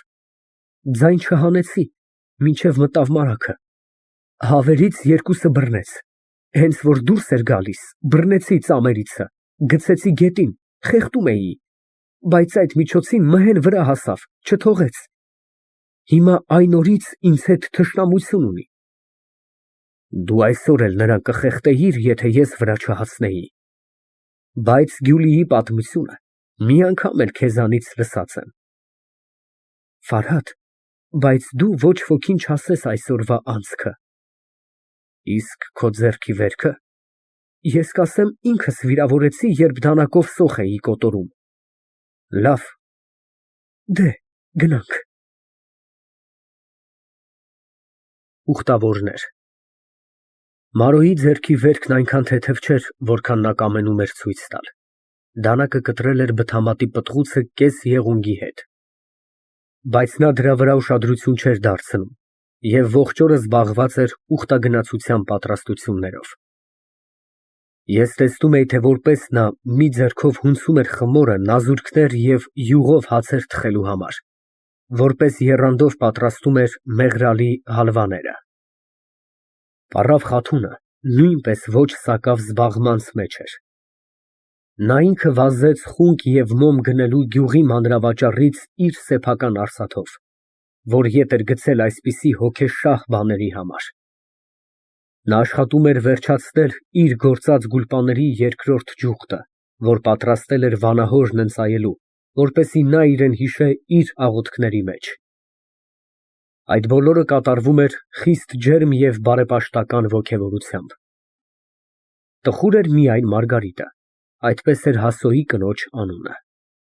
Նա չէր կարողանում համբերել, որ Մանրոն և Խաթունը ուխտ էին գնում, իսկ ինքը մնում էր։ Ինչու չէին թողնում նրան։ Միթե նա հոգի չուներ, միթե նա չէր ուզում վանքի սրբությունները համբուրել։ Վերջապես նրան ևս պետք էր որսորդի փակված խրճիթից դուրս գալ և արձակաշխարհ տեսնել։ Մանրոն կապը կտրած հորթի նման ուր որ ասես գնում էր, բայց ինքը պետք է տանից դուրս չգա, նրա համար, որ Մանրոն դեռ աղջիկ էր, իսկ ինքը հարս։ Երևի այսպես էր մտածում Մարգարիտը, երևի այսպես էր բողոքում նրա լռության դատապարտված լեզուն իր սրտի խորքում։ Եվ իրավ, հայ ընտանիքի մեջ խիստ տարբեր էր հարսի և դեռ չամուսնացած աղջկա վիճակը։ Աղջիկը վայելում էր բավականին ազատություն։ Նա ում հետ ուզում էր խոսում էր։ Նա կարող էր ոտքը շատ հեռու դուրս դնել հոր տան շեմքից, գնալ դրացիների տները, գնալ արտը, դաշտը, ուր որ ուզում էր ման գալ, իհարկե պահպանելով համեստության բոլոր պատշաճը։ Նրա երեսը ծածկված չէր քողով և լեզուն արձակ էր։ Իսկ այն օրից, երբ նա նշանվեցավ մեկի հետ, նա իր բոլոր հարաբերությունները կտրում էր դրսի աշխարհի հետ։ Նա դառնում էր իր տղամարդի սեփականությունը։ Նրա աշխարհը լինում էր ամուսնի տան չորս պատերը։ Նրա բերանը փակվում էր, ոչ ոքի հետ խոսելու իրավունք չուներ։ Նրա երեսը ծածկվում էր թանձր քողով, ոչ ոքին ցույց տալու իրավունք չուներ։ Նա ապրում էր իր ամուսնի համար, որպես նրա ծածկյալ և վարագուրված սրբությունը, որի ներսը նայելու օտար ոք կարող չէր։ Այս վիճակի մեջ էր գտնվում խեղճ Մարգարիտը։ Իր փակված դրությունը հարուցել էր նրա մեջ նախանձի նման մի բան դեպի ուրիշների ազատությունը, դեպի Մարոն, որ դեռ մանուկ աղջիկ էր, և դեպի պառավ Խաթունը, որ կյանքի համար անպիտանացած էր։ Մանկության և զառամության երկու հակառակ ծայրեր, որոնք ավելի չէին ենթարկվում ընտանեկան խստությունների պահանջներին։ Նույն ավուր երեկոյան պահն էր, որի մյուս առավոտը մենք պետք է ճանապարհ ընկնեինք դեպի վանքը։ Ես գնացել էի ախոռատունը ձիզ նայելու և պատանի Ատոյին (դա Մհեյի օգնականն էր) պատվիրելու, որ Մարոյի և Խաթունի նստելու ձիաների սարքը պատրաստեր, վաղ առավոտյան գարին տար, որ հովով ճանապարհ ընկնեինք։ Դարձա իմ սենյակը, մութը բավականին թանձրացել էր։ Մարոն ամեն օր այս ժամուն ճրագ էր ներս բերում, այսօր երևի այնքան զբաղված էր, որ մոռացել էր, թե ես նստած եմ խավարի մեջ։ Մեծ եղավ իմ զարմանքը, երբ տեսա փոխանակ Մարոյին հայտնվեցավ Մարգարիտը ճրագը ձեռին։ Մոր փեշից բռնած ներս մտավ և փոքրիկ Սալվին, Հասոյի անդրանիկը, և մի այնպիսի վախկոտ երես էր շինել 4 տարեկան երեխան, կարծես երկյուղ ուներ, չիցե թե մորը խլեն իր ձեռքից։ Մարգարիտը ձգած ուներ կարմիր քողը գլխին, որ առջևից ծածկում էր նրա երեսը մինչև գոտին, իսկ ետևից բոլոր մեջքը։ Նա առանց քողը բարձրացնելու լուռ գլուխ տվեց և դրեց ճրագը իր տեղում։ Ինձ երևաց, որ նա չէր ուզում հեռանալ, որպես ասում են, ոտքը քարշ գցեց, կարծես ուզում էր մի բան ասել։ Նա կանգնեց ինձնացի փոքր-ինչ հեռու դռան մոտ, իսկ Սալվին տնկվեց մոր առջևը։ Մայրը խթեց դստեր կողքը, դուստրը իր փայլուն աչքերը դարձրուց դեպի նա և հարցրուց. Ինչ աշեմ։ Մայրը թեքվեցավ, Սալվիի ականջին ֆսֆսաց մի խոսք. Աշա ախպեր, ախար եշ էլ խեղճ եմ։ Սալվին շփոթվեցավ, նա մոռացավ մոր ասած պարբերության կեսը։ Մայրը կրկին խթեց նրա կողքին և ֆսֆսաց այս անգամ փոքր-ինչ լսելի ձայնով. Խորաց, էսպես չեն ասի։ Թարգմանը կրկնեց նրա խոսքերը. Խորաց, էշպես չեն աշի։ Մայրը բարկանալով անհմուտ թարգմանի տգիտության վրա, այս անգամին ավելի սաստիկ խթեց նրա կողքին։ Սալվին օրորվեցավ, ուզում էր ընկնել գետին, բայց հազիվ կարողանալով պահել իրան փոքրիկ ոտների վրա, տհաճությամբ հարցրուց. Բա ինչպե՞ս աշեմ։ Գլուխդ թաղեմ, գիժ, սատանա, տես, էդպես ասա։ Ախպեր, բա ես խեղճ չեմ, ամենը գնում են ուխտ, ես մնում եմ տանը։ Սալվին հաղորդեց ինձ. Գլուխդ թաղեմ, գիզ շատանա։ Մայրը բամփեց դստեր գլխին, փոքրիկ թարգմանը լաց եղավ և ձգելով իր անախորժ պաշտոնը դուրս փախավ։ Ես հասկացա, քույրս, ասացի Մարգարիտին։ Նա անշարժ և լուռ մնաց իր տեղում, սպասելով իմ վերջին խոսքին։ Դու ուզում ես Մարոյի հետ ուխտ գնալ, այդպես չէ։ Նա գլուխը շարժեց հավանական եղանակով։ Ինչու Հասոն չէ ուղարկում և քեզ։ Նա այժմ շարժեց ուսերը, որ նշանակում էր, թե ինքն էլ չգիտե։ Դու ցանկանում ես, որ ես խնդրեմ Հասոյից։ Նա գլուխ տվեց, իբր թե շնորհակալ կլինի։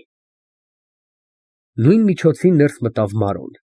Նրա երեսի վրա երևացավ զարմացման նման մի բան։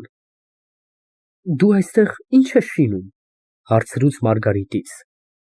Հարսը ձեռքով ցույց տվեց ճրագը, իբր թե ճրագն էր բերել։ Մարգարիտը ուզում է մեզ հետ գալ, ասացի ես Մարոյին։ Թող գա, ավելի լավ, բայց ախր Հասոն ինչ կասե։ Ես Հասոյից կխնդրեմ։ Մարոն ուրախացավ և դառնալով դեպի Մարգարիտը, ձեռքը տարավ դեպի նրա քողը և բարձրացրեց։ Ումի՞ց ես երեսդ ծածկում, Ֆարհատի՞ց։ Ինչու չես խոսում, քույրը եղբոր հետ չի խոսի։ Ֆարհատը ինչպես իմ, այնպես էլ քո եղբայրն է։ Մարգարիտը թեև շուտով քողը քաշեց երեսին, Բայց ես կարողացա տեսնել նրա դեմքը։ Նա նմանում էր մի խամրած, դալկացած ծաղկի, որ երկար պահվել էր ծածկոցի տակ։ Մարոն կրկին ձեռքը տարավ դեպի նրա քողը։ Մարգարիտը, չկարողանալով դիմանալ նրա հանակներին, մի բան ասաց Մարոյի ականջին և դուրս վազեց։ Մարոն սկսեց ծիծաղել։ Ինչ ասաց նա։ Ասաց, մեղք չէ, որ դու ասում ես Ֆարհատը իմ եղբայրն է։ Իսկ ինչու է մեղք։ Տղան և աղջիկը, երբ մեկ֊մեկու հետ քույր ու եղբայր են դառնում, նրանք էլ չեն պսակվում։ Հա, մեր գյուղում մի տղա ու աղջիկ կային, խաչ ավետարան համբուրեցին, քույր֊եղբայր դարձան։ Հետո նրանց հեզնումերը ուզեցին պսակել նրանք չպսակվեցան, ասացին մեղք է, թեև մինչև հիմա էլ սիրում են մեկ֊մեկու։ Պսակվելու ժամանակ էլ խաչ ավետարան են համբուրում։ Բայց քույր֊եղբայր չեն դառնում։ Բա ինչ են դառնում։ Դու չես իմանում։ Իմանում եմ։ Դու շատ չար աղջիկ ես, Մարո, ինչու այնպես արեցիր։ Երևի Մարգարիտը բարկացավ, որ նրա երեսը ինձ ցույց տվեցիր։ Չէ, նա չի բարկանա, Մարգարիտը լավ սիրտ ունի։ Նա քեզ շատ է սիրում։ Երբ գնանք Աստվածածին, ես ճանապարհին նրան քեզ հետ կխոսացնեմ։ Այնտեղ քույր-եղբայր դարձեք, Ֆարհադ։ Հետո նա քեզ հետ միշտ կխոսի, երեսը չի թաքցնի։ Բայց հիմա կարգ չէ, ամաչում է։ Դու երբ որ հարս կդառնաս, դու էլ երեսդ կծածկես, մարդու հետ չես խոսի։ Բա ինչպես, դրա համար են հարս դառնում։ Այդ բլբլացող լեզուդ ինչպես պետք է լուռ պահես։ Կսովորեմ։ Ախր տղամարդը կծեծե, երբ կնիկը իր երեսը ուրիշին նշանց տալու լինի։ Չէ, ես չեմ ծեծի։ Մարոն ծիծաղեց։ Ուրիշները ինչ կասեն, չեն ասի անամոթ հարս է։ Ներս մտավ Հասոն։ Նա իմանալով, որ մենք վաղ առավոտյան պետք է գնանք, եկել էր տան համար կարգադրություններ անելու։ Թեև խիստ դժվարությամբ, այնուամենայնիվ ես կարողացա Հասոյին համոզել, որ Մարգարիտին ևս մեզ հետ ուղարկի։ Այժմ դժվարությունը մնում էր մի ուրիշ բանում։ Ուխտավորների թվի վրա երկու հոգի ևս ավելացավ, Մարգարիտը և փոքրիկ Սալբին, որ լսելով մոր գնալը, լաց եղավ, թե ինքն էլ է ուզում սուրբ Աստվածածինը տեսնել։ Ուրեմն մեր ամբողջ քարավանը կազմվում էր 5 հոգուց։ Նրանց թվի համեմատ գրաստները 4 հատ էին, իմ և Հասոյի նժույգները, մի մատակձի և մի ավանակ։ Ավանակը որոշված էր մեր պաշարները բառնալու համար, խեղճի բեռան վրա ավելացրին և Սալբիին։ Հասոյի նժույգը և մատակձին Մարոյի և Մարգարիտի մեջ բաժանելով, Պառավ Խաթունը մնում էր առանց Երիվարի։ Գյուղից գրաստ վարձել անկարելի էր, որովհետև գյուղացիներից և ոչ մեկը, բացի ծերունի որսորդից, ձիաներ և ավանակներ չունեին։ Այս խնդիրը վճռեց ինքը Խաթունը։ Նա ասաց, եթե գրաստ ևս գտնվեր, ինքը դարձյալ ոտով կգնար, նրա համար, որ ուխտ է դրել 7 անգամ հետիոտ սուրբ Աստվածածին գնալ։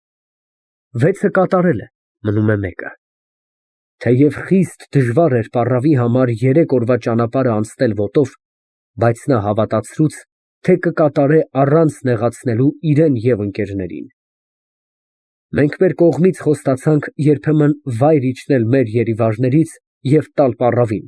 որ նստե հանգստանալու համար։ Ոչ սակավ տևեց վեճը Մարգարիտի և Մարոյի մեջ։ Նրանցից յուրաքանչյուրն ուզում էր հեծնել Հասոյի նժույգը։ Հաղթությունը տարավ իհարկե Մարոն, մատակձին որոշվեցավ Մարգարիտի համար։ Մարոն ուներ իր փոքրիկ փառասիրությունը։ Նա ուզում էր հայտնվել ուխտավորների մեջ, նստած գեղեցիկ նժույգի վրա և ցույց տալ Հաղբակա աղջիկներին, թե ինքը նրանց երկրի Միրի դուստրն է։ Տղամարդերի մասին չէր մտածում։ Նա կամենում էր գրգռել իր ընկերուհիների նախանձը և նրանց ուշադրությունը գրավել։ Միրը մեծ նշանակություն ուներ հասարակության մեջ։ Նա ժողովրդի գլխավորը և ներկայացուցիչն էր, Հաղբակա հայերի Միրի պաշտոնը վարում էր Մարոյի հայրը։ Ամենքը կճանաչեին նրան որպես դուստր այն մարդու, որ հասարակական դրության մեջ բռնել էր բարձր տեղ։ Այդ պատճառով Մարոն աշխատում էր իր արտաքին փայլը հավասարեցնել իր հոր կոչման հետ։ Միրի աղջիկ, մեծ բան էր դա Աղբակում։ Նա ոչ սակավ հոգ էր տանում և իր հագուստի ու պաճուճանքի մասին։ Նրա զարդարանքները բաղկանում էին գույնզգույն հուլունքներից, քթի և ականջների օղերից, մատանիներից, պարանոցի մանյակից, գլխի արախչինից, նախշած ոսկի և արծաթի դրամներով և արծաթյա քամարից։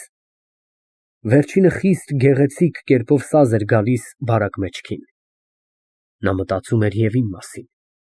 Երևի չէր ուզում, որ ես հայտնվեի ամբոխի մեջ իմ արդեն հնացած հագուստով։ Այն օրից, որ ես փախա Տեր-Թոդիկի դպրոցեն, ես չէի փոխել իմ հագուստը, որովհետև ուրիշը չունեի։ Գիշերից բավական անցել էր, երբ Մարոն բոլորովին հոգնած իմ մոտ եկավ։ Նա հայտնեց, թե ինքը չէ ցանկանում, որ ես երևնայի ուխտավորների մեջ հնացած շորերով, ասաց, որ իր եղբայրը ունե մի ձեռք հագուստ բոլորովին նոր, որոնց ամենևին չէ հագել, և ընծայեց ինձ հագնելու համար։ Հասոյի շորերը իմ վրա չէին կարող նստել, պատասխանեցի ես։ Հասոն ավելի հաստ է և հասակով կարճ, ես նրանից բարակ եմ և երկայն։ Ես չեմ քնի, այս գիշեր կնստեմ, բոլորը կդրստեմ քո հասակի համեմատ։ Նա չափեց իմ հասակը և հեռացավ։ Աղբակեցի կինը իր տնդերձակն է։ Նրանց հագուստները այնպես էին ձևված, որ մեծից փոքրի համար և փոքրից մեծի համար փոփոխելու միշտ հնար կար։ Հայերի համար շատ թանկ էր նստում ուխտագնացությունը։ Մի քանի գյուղի բնակիչները հավաքվում էին միասին, կազմում էին ամբողջ քարավան, շատ անգամ բաղկացած 100-200 հոգուց։ Մի այսքան բազմություն դարձյալ չէր կարող առանց վտանգի կատարել իր ճանապարհորդությունը։ Նրանք վարձում էին քրդի ձիավորներ, որ իրենց պաշտպանեն ավազակների հարձակումներից և մարդագլուխ վճարում էին մի նշանակյալ արծաթ։ Բայց քիչ էր պատահում, որ նույնիսկ պահապան քրդերի անհայտ ընկերները հարձակվում էին և կողոպտում էին ուխտավորների քարավանը։ Պահապանները թեև ընդդիմություն էին գործում, բայց միայն ցույց տալու համար, թե իրենք ավազակների հետ առաջուց հարաբերություն չունեին։ Ուրբաթ օրը մենք ճանապարհ ընկանք, վաղ առավոտյան, առանց քուրդ ձիավորների պահպանության, և ոչ խառնվեցանք գյուղացիների հետ։ Մի այսպիսի համարձակությունը, թեև հանդգնություն էր մեր կողմից, բայց նախ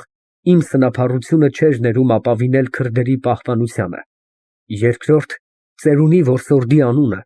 որ այնքան հարգված էր Աղբակա մեջ, բավական էր նրա ընտանիքը քրդերի հարձակմունքից զերծ պահելու համար։ Քուրդը գիտե պատվել մեծությունը։ Նա ժողովրդի պետի վրա նայում է որպես Աստուծո ձեռքին, որը հովանավորում է ժողովրդին։ Ծերունի որսորդը Աղբակա հայ ժողովրդյան գլուխն էր։ Սուրբ Աստվածամոր վանքի տոնախմբությունը։ Շաբաթ ավուր երեկոյան պահուն մենք հասանք վանք։ Իմ առաջին հոգսն եղավ մեր վրանը կազմել մի հարմար տեղում, որ ուխտավորները հանգստանան։ Մարգարիտը և Խաթունը շատ հոգնած էին։ Նրանք հենց որ տեղ հասան, դիակի պես վայր ընկան։ Մարոյի հպարտությունը թույլ չէր տալիս ցույց տալ իր հոգնածությունը։ Նա օգնում էր ինձ վրանը կանգնելու միջոցին և ծիծաղում էր Մարգարիտի վրա։ Փոքրիկ Սալվին իր ավանակից իջնելուն պես վազեց դեպի վանքը, ասելով. Ես գնում եմ Աշվաճաճինը տեսնեմ։ Համաձայն Մարոյի ցանկության ես վրանը կազմեցի մի երևելի տեղում։ Քառորդ ժամից հետո ամեն ինչ սարքված էր։ Սուրբ Տիրամոր վանքը գտնվում էր Վանա ծովակի ափին, լիմ անապատի հանդեպ, կորդված լեռների մեջ։ Հայաստանի վանքերից համարյա ամեն մեկը սեփականել է մի առանձին հրաշագործ զորություն և ժողովրդի մեջ հռչակված է որպես այս և այն բժշկությունների մասնագետ։ Կորդված երկրի Սուրբ Աստվածամայրը նշանավոր էր որպես բորոտության, քոսոտության և տեսակ խոցերի բժշկող։ Նա ոչ միայն սրբում էր հուսով իր դուռը դիմող ուխտավորներին հիշյալ ախտերից, այլ բոլորովին առողջ մարդերի մեջ պատճառում էր նույն ախտերը, եթե նրանք բարկացնեին իրան, եթե անհնազանդ կգտնվեին դեպի իր վանականները և կամ չէին լրացնի նրանց պահանջները։ Այս պատճառով ժողովրդի մեջ բորոտությունը, քոսոտությունը, մի տեսակ խոցեր և կերցավը կոչվում էին տիրամոր յարա, այսինքն տիրամոր վերք կամ խոցեր, որոնք հայտնվում են որպես պատիժ մարդիկների հանցանքի համար Աստվածամոր կողմից։ Կորդված երկրի Աստվածամայրը խստասիրտ էր և վրեժխնդիր։ Նրա բարկությունը մարդիկներից անցնում էր և անասունների վրա։ Ընտանի կենդանիներից ամեն պիսակավորը համարվում էր նրա վանքին նվիրական, որովհետև Սուրբ Տիրամայրը դրել էր նրա վրա իր նշանը։ Տերն իրավունք չուներ իր պետքերի համար գործածել իր կովը, եզը, գոմեշը, ձին և այլ չորքոտանին, եթե նրանց վրա գտնվում էր տիրամոր նշանը, որը ուրիշ մի բան չէր, եթե ոչ մի քանի պիսակներ անասունի մարմնի որևիցե տեղում։ Նա կամ պետք է ինքն իր անասունը ուղարկեր վանքը և կամ սպասեր, մինչև վանքի մղդսիքը գային և տանեին։ Ամեն տարի վանքի մղդսիքը պտտում էին գավառներում և հավաքում էին այսպիսի անասուններ։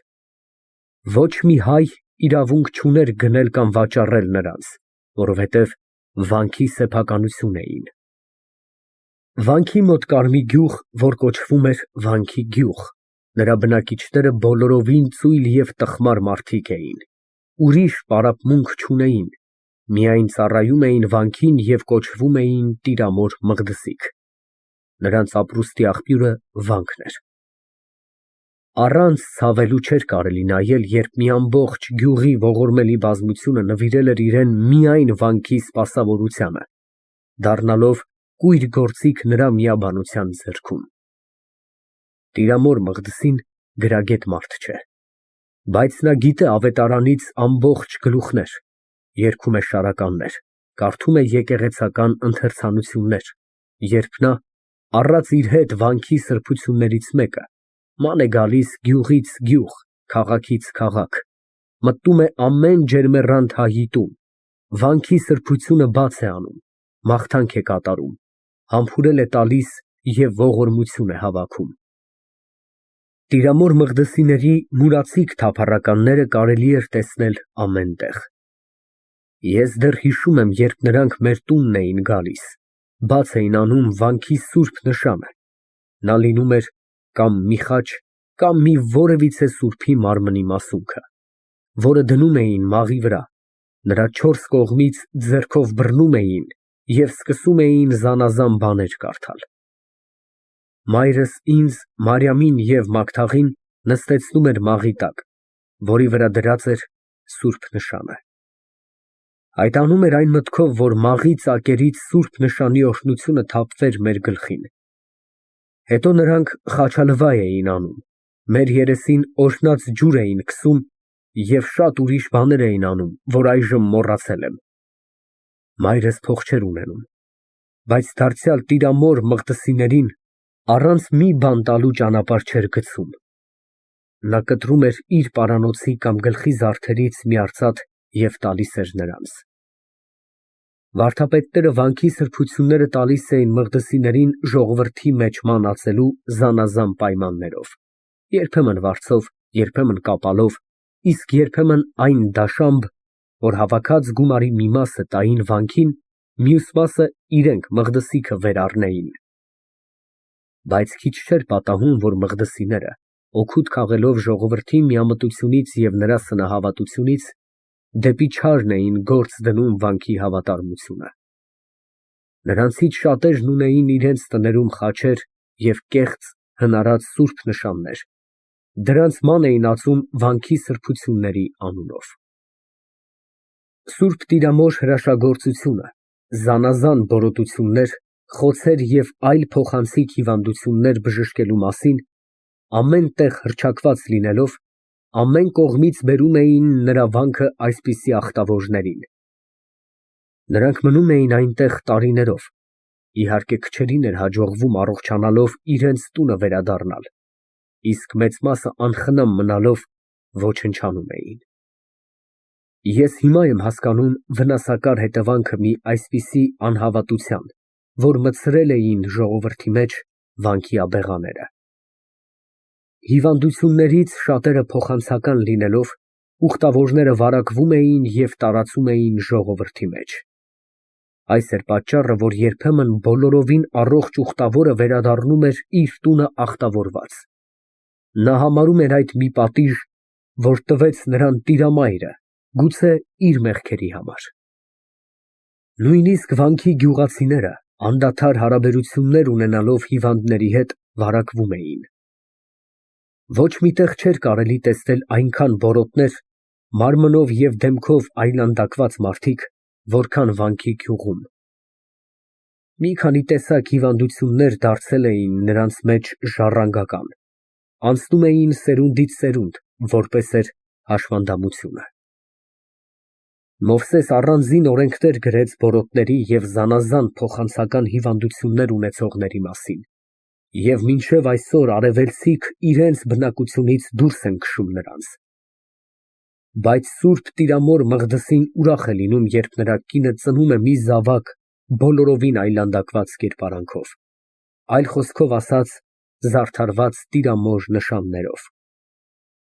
Մի այսպիսի հրեշավոր ցուցանքը բերում է հոր համար բավականին արդյունք։ Նա դնում է իր որդին ավանակի վրա, ման է ածում երկրից երկիր, ցույց է տալիս Աստուծո մոր սքանչելիքը, շարժում է մարդկանց մեջ երկյուղ և ջերմեռանդություն, փող է հավաքում։ Հիշյալ հիվանդությունները ունեցող թշվառները կոչվում էին տիրամոր խեղճեր։ Դրան մանածելը ժողովրդի մեջ սարսափ էր տարածում և ավելի էր շարժում տեսնողների հավատքը դեպի վանքը, և հետևապես բազմացնում էր ուխտավորների թիվը։ Այս պատճառով վարդապետները ամենևին չէին արգելում Մղդսիների խաբեությունները, որովհետև նրանց հետ կապակից էին վանքի շահերը։ Հայերի մեջ անեծք է դարձել ասելը «Տիրամոր յարան ընկնի քո վրան», և առանց սարսափելու ոչ ոք չէ հիշում կորդված լեռների սուրբ աստվածածինը։ Նա վրեժխնդիր է և խստասիրտ։ Ես էլ այն ժամանակ նույն մոլորության մեջն էի, ես էլ տոգորված էի նույն սնահավատության ախտով, ես էլ հավատում էի այս բոլորին։ Բայց երբ կարդացի Հայոց պատմությունը, այն ժամանակ հասկացա, որ Տիրամոր վանքի այս ավանդությունները և սովորությունները խիստ խորին կապ ունեին մեր պատմական անցյալի հետ, այն ժամանակների հետ, երբ Ներսես մեծը Տիրանի որդի Արշակի օրերով Հայաստանում հիմնեց բազմաթիվ վանքեր։ Նրանցից շատերը ծառայում էին որպես բորոտների և հաշմանդամների պատսպարաններ։ Ժողովրդից հեռացրած այդ ախտավոր հասարակությունը ապրում է առանձին վանքերի մեջ, ուր նրանց խնամք էին տանում։ Բայց այդ մարդասիրական սովորությունը ժամանակների հետ փոխվելով, ստացավ բոլորովին ուրիշ նշանակություն, և ժողովրդի սնահավատությունը տվեց նրան մի այլ կերպարանք։ Բայց 15 դար առաջ, այսինքն Ներսես մեծի օրերով, այսպիսի հիմնարկությունների նպատակը բոլորովին ուրիշ էր, բոլորովին մարդասիրական էր։ Տիրեց մթին գիշեր։ Ուխտավորներից ոչ ոք դեռ քնած չէ։ Վանքի շուրջը ընդարձակ տարածություն պատած է վրաններով։ Նրանց առջևից քարշ ընկած գույնզգույն լապտերները տալիս են այդ ընդհանուր լուսավորությանը կախարդական բնավորություն։ Վրանների ամեն մեկի մեջ զետեղված են ուխտավոր գերդաստաններ, իսկ շատերը մնացել են բացօթյա, իջևանելով բաց երկնքի տակ։ Այս խառնիճաղանճ ամբոխի մեջ կարելի էր գտնել ամեն երկրի հայեր, սկսյալ Փոքր Ասիայից մինչև Պարսկաստան, մինչև Արարատի գավառները, իսկ Աղբակա, Վանա, Մուշի, Բաղեշի բնակիչների մեծ մասն այնտեղ էին։ Ես դուրս եկա մեր վրանից տեսնելու, թե սալմաստեցիներից ովքեր էին եկած։ Մարոն ցանկություն հայտնեց ինձ հետ գալու։ Մարգարիտը և Խաթունը չափազանց հոգնած էին, մնացին վրանում։ Փոքրիկ Սալմին արդեն քնած էր։ Երկար ես ման էի գալիս Մարոյի հետ ուխտավորների բանակի մեջ։ Ամեն տեղ շարժողություն կար, խառնվում էին, ամբոխվում էին, ամեն տեղ լսելի էր լինում երգ, աղաղակ, ծիծաղ, անեծք, աղոթք և երբեմն մանուկ շրթունքների ջերմ սիրախոսություններ։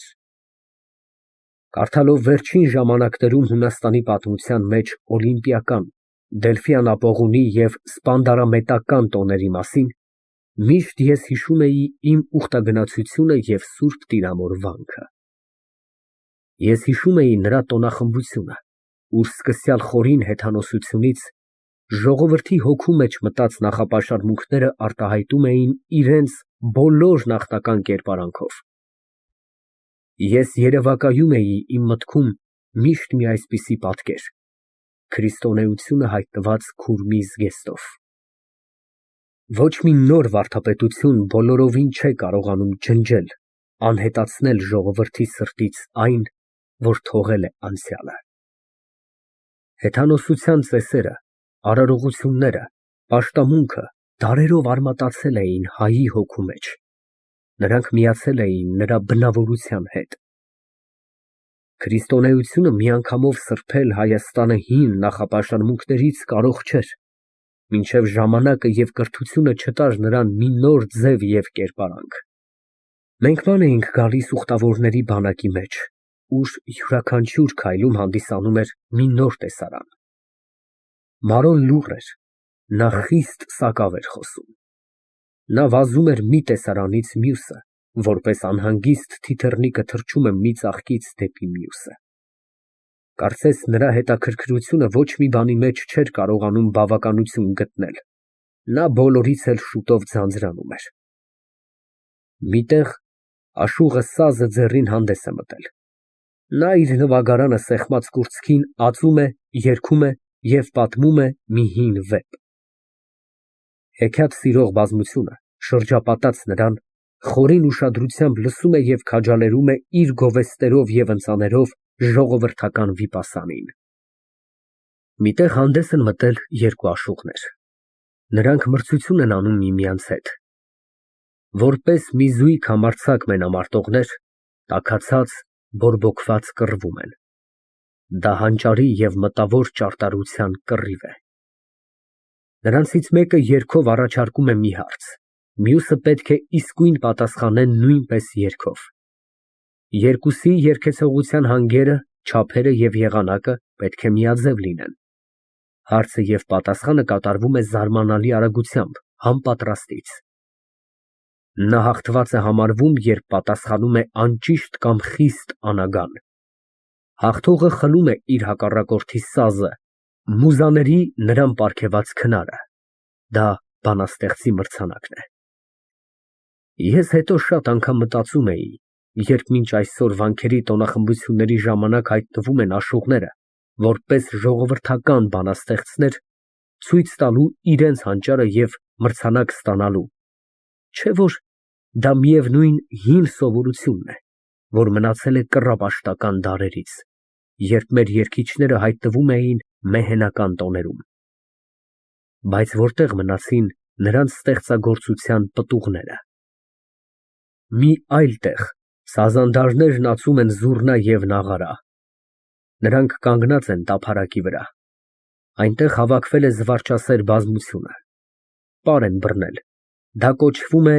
յալլի կամ գուանդ։ Տղամարդիկ, կանայք և աղջիկներ, միմյանց ձեռքից բռնած, կազմել են մի բոլորակ շղթա։ Նվագածուները կանգնած են բոլորակի կենտրոնում։ Խայտաճամուկ շղթան պտտվում է նրանց շուրջը։ Կնիկների երեսները քողարկված են, իսկ աղջիկներինը բաց են։ Մի տղամարդ գույնզգույն թաշկինակը ձեռքում, դրոշակի նման փռփռացնելով տանում է պարագլուխը։ Նա սկսել է մի ջանգյուլում և ամեն անգամ երգում է մի տուն, ամբողջ խորը կրկնում էր նրա խոսքերը։ Իսկ երբեմն երգում են հերթով, Այն ժամանակ մրցություն է լինում տղամարդերի և աղջիկների մեջ։ Նրանք պատասխանում են միմյանց զանազան սրախոսություններով։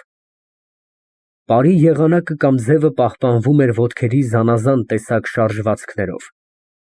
Երբեմն շղթայի բոլորակ շարքը ստանում է ոլոր-մոլոր ձև, այն ժամանակ կազմվում է մի կատարյալ լաբիրինթոս, բայց երբեք խաղացողները չեն խառնվում միմյանց։ Կուզե՞ս մենք էլ պար բռնենք, հարցրի Մարոյից։ Չէ, գնանք ուրիշ բաներ մտիկ անելու, պատասխանեց նա։ Պատառելով խառնված ամբոխը, մենք անցանք վանքի գավիթը, այստեղ հանդիսանում էր մի այլ տեսարան։ Մարոն սարսափեցավ։ Այստեղ բազմությունը շրջապատել էր մի նորահարս կնոջ, որ ուշաթափ եղած մոլեգնաբար թավալվում էր գետնի վրա։ Նրա բերանը փրփրում էր, աչքերը վառվում էին վայրենի կրակով։ Մարմնի անդամները դողդողում էին և կատաղի կերպարանքը ցույց էր տալիս, որպես թե նա տանջվում է մի աներևույթ զորությունից։ Նա երբեմն իր դողդոջուն շրթունքի միջից արձակում էր խուլ, մթին և անկապ խոսքեր։ Նրան կոչում էին Ընկավոր։ Մի վարդապետ փոքրիկ խաչը ձեռին կանգնած էր ընկավորի մոտ։ Նրա մորուքի և շրթունքի ցնցողությունից երևում էր, թե աբեղան աղոթում է։ Ընկավորը կրկին ուշաթափ եղավ, մտավորապես հափշտակվելով մի վերին ազդեցությունից։ Քանի րոպե նա մնաց անշարժ և ապա սկսեց արձակել խորին հառաչանքներ, արտասանել կծկտուր բառեր և կոչել հրեշտակների, դևերի, սատանաների, սուրբերի անուններ։ Վարդապետը դրեց ընկավորի բեժնում փոքրիկ խաչը։ Նա ագահ ախորժակով խաչը ներս է կլանում։ Քանի րոպեից հետո վարդապետը ձգում է շղթայից, որին կապված էր փոքրիկ խաչը, և դուրս է քաշում։ Ընկավորը փոքր-ինչ սթափվում է, բայց տակավին նրա երեսը զարհուրելի է և աչքերն արտահայտում են սարսափելի վրդովմունք։ Վարդապետը դարձյալ նրա բեժնումն է դնում խաչը և այս գործողությունը կրկնվում է 3 անգամ։ Ընկավորը բավականին զգաստացած ձայն է տալիս։ Վանեցի Շուշան խաթունը թող այստեղ հրամայե, աղան (Աստվածամայրը) կանչում է։ Շուտով Երևան է լինում Շուշան խաթունը լի ահ ու դողով։ Դա մի հարուստ վաճառականի կին է, որ ավելի քան 10 տարի ամուսնացած լինելով, տակավին զավակ չունի։ Ընկավորը սկսում է բարբաջել. Եղիսաբեթն ավետիս տվեց, կույս Մարիամը հղացավ, Գաբրիելը ուրախացավ, որդին արգանդումը ցնծացավ, ով է, որ բաց է անում ամլության կապը, Սուրբ Տիրամայրն է այն, գոհացեք ժողովուրդներ, ուրախ եղեք ուխտավորներ, Աստուծո ատյանը բացվել է, լույսը վերևից կաթել է, երանի տեսնողին, երանի լսողին։ Վարդապետը սկսում է բացատրել ընկավորի խոսքերը, ասում է Շուշան խաթունին, թե աղան, այսինքն Աստվածածինը, ընդունեց նրա խնդիրքը, թե նրա ամլության կնիքը ջնջվեցավ, և նա կծնե մի որդի, որը մինչև 7 տարի պետք է նվիրված լինի վանքին, ամեն տարի նրա տոնախմբությունների ժամանակ կատարելով տիրամոր ուխտագնացությունը և ողորմություն տալով նրա խեղճերին։ Շուշան խաթունը ուրախանում է և արձակելով իր պարանոցեն ծանրագին շղթան, զարդարած ոսկի դրամներով, ձգում է ընկավորի առջևը։ Մարգարեկինը դարձյալ ընկնում է մտավոր հափշտակության մեջ։ Նրա բերանը սկսում է փրփրել, երեսի վրա երևում են զարհուրանքի նշաններ։ Նա մրմնջում է, որպես թե խոսելով մի աներևույթ էակի հետ։ Վարդապետը գործ է դնում խաչի ներգործությունը։ Նա փոքր-ինչ ուշի գալով ձայն է տալիս։ Մշեցի Գրիգոր աղային կանչեցեք։ Հայտնվում է Գրիգոր աղան։ Ընկավորը կարդում է պատգամը։ Անարժանի վարձն է դաժան, սև հավեր, կարմիր կատու, նա թող լինի ինձ վարձատու։ Քո սիրտն ինչու չէ ցնծում, չցանած տեղից դու չես հմզում։ Ալակ֊բալակ առ, 4 կողմը զառ, մեջն աբրեշում, գնա բեր, ուրախացիր։ Վարդապետը բացատրեց պատգամախոսի գուշակություններն այսպես. Ուրախացիր, Վերջն էլի եկավ, վերջն ուրախություն է։ Եվ նույն րոպեում աբեղայի խորամանկ դեմքի վրա երևաց մի կեղծ ժպիտ, նա շարունակեց. Ալաք֊բալաք նշանակում է գույնզգույն կամ զոլզոլ, այսինքն՝ կերպաս, աբրեշումի կերպաս, եզերքը զառով զարդարած։ Դա տաճարի վարագույրն է։ Աղան պահանջում է ձեզանից։ Աբեղան դարձավ դեպի մշեցի Գրիգորը։ Դուք այսուհետև կուրախանաք, ձեր խնդիրք կկատարվի։ Աղայի տաճարի վարագույրը հնացել է։ Գուշակությունները մինը մյուսի ետևից շարունակվում էին։ Զարմանալին այն էր, որ աղան իր պատգամախոսի բերանով կոչում էր ամեն երկրից եկած նշանավոր և հարուստ ուխտավորներին, իսկ նրանք խորին երկյուղացությամբ լսում էին իրենց դատավճիռը։ Հետո գուշակողը ընկնում է բոլորովին ուշագնացության մեջ։ Վարդապետները տանում են նրան հավատացնելով, թե նույն դրության մեջ նա կմնա մի քարայրի մեջ մինչև վանքի գալոց տոնախմբության օրը։ Խեղճ, ասաց Մարոն, ինչպես պետք է մնա այնտեղ, բա չի մեռնի։ Ֆարհադ, ես կուզեի, որ ընկավորը մի բան էլ ինձ համար ասեր։ Դու չես հավատում։ Հավատում եմ, պատասխանեցի ես։ Իրավ, որ հավատում էի։ Իսկ եթե Մարոն այժմ հարցներ ինձանից, նրան կասեի. այն ժամանակ, երբ մարդիկ կուռք էին պաշտում, Պյութիաս քրմուհին իր եռոտանիի վրա կանգնած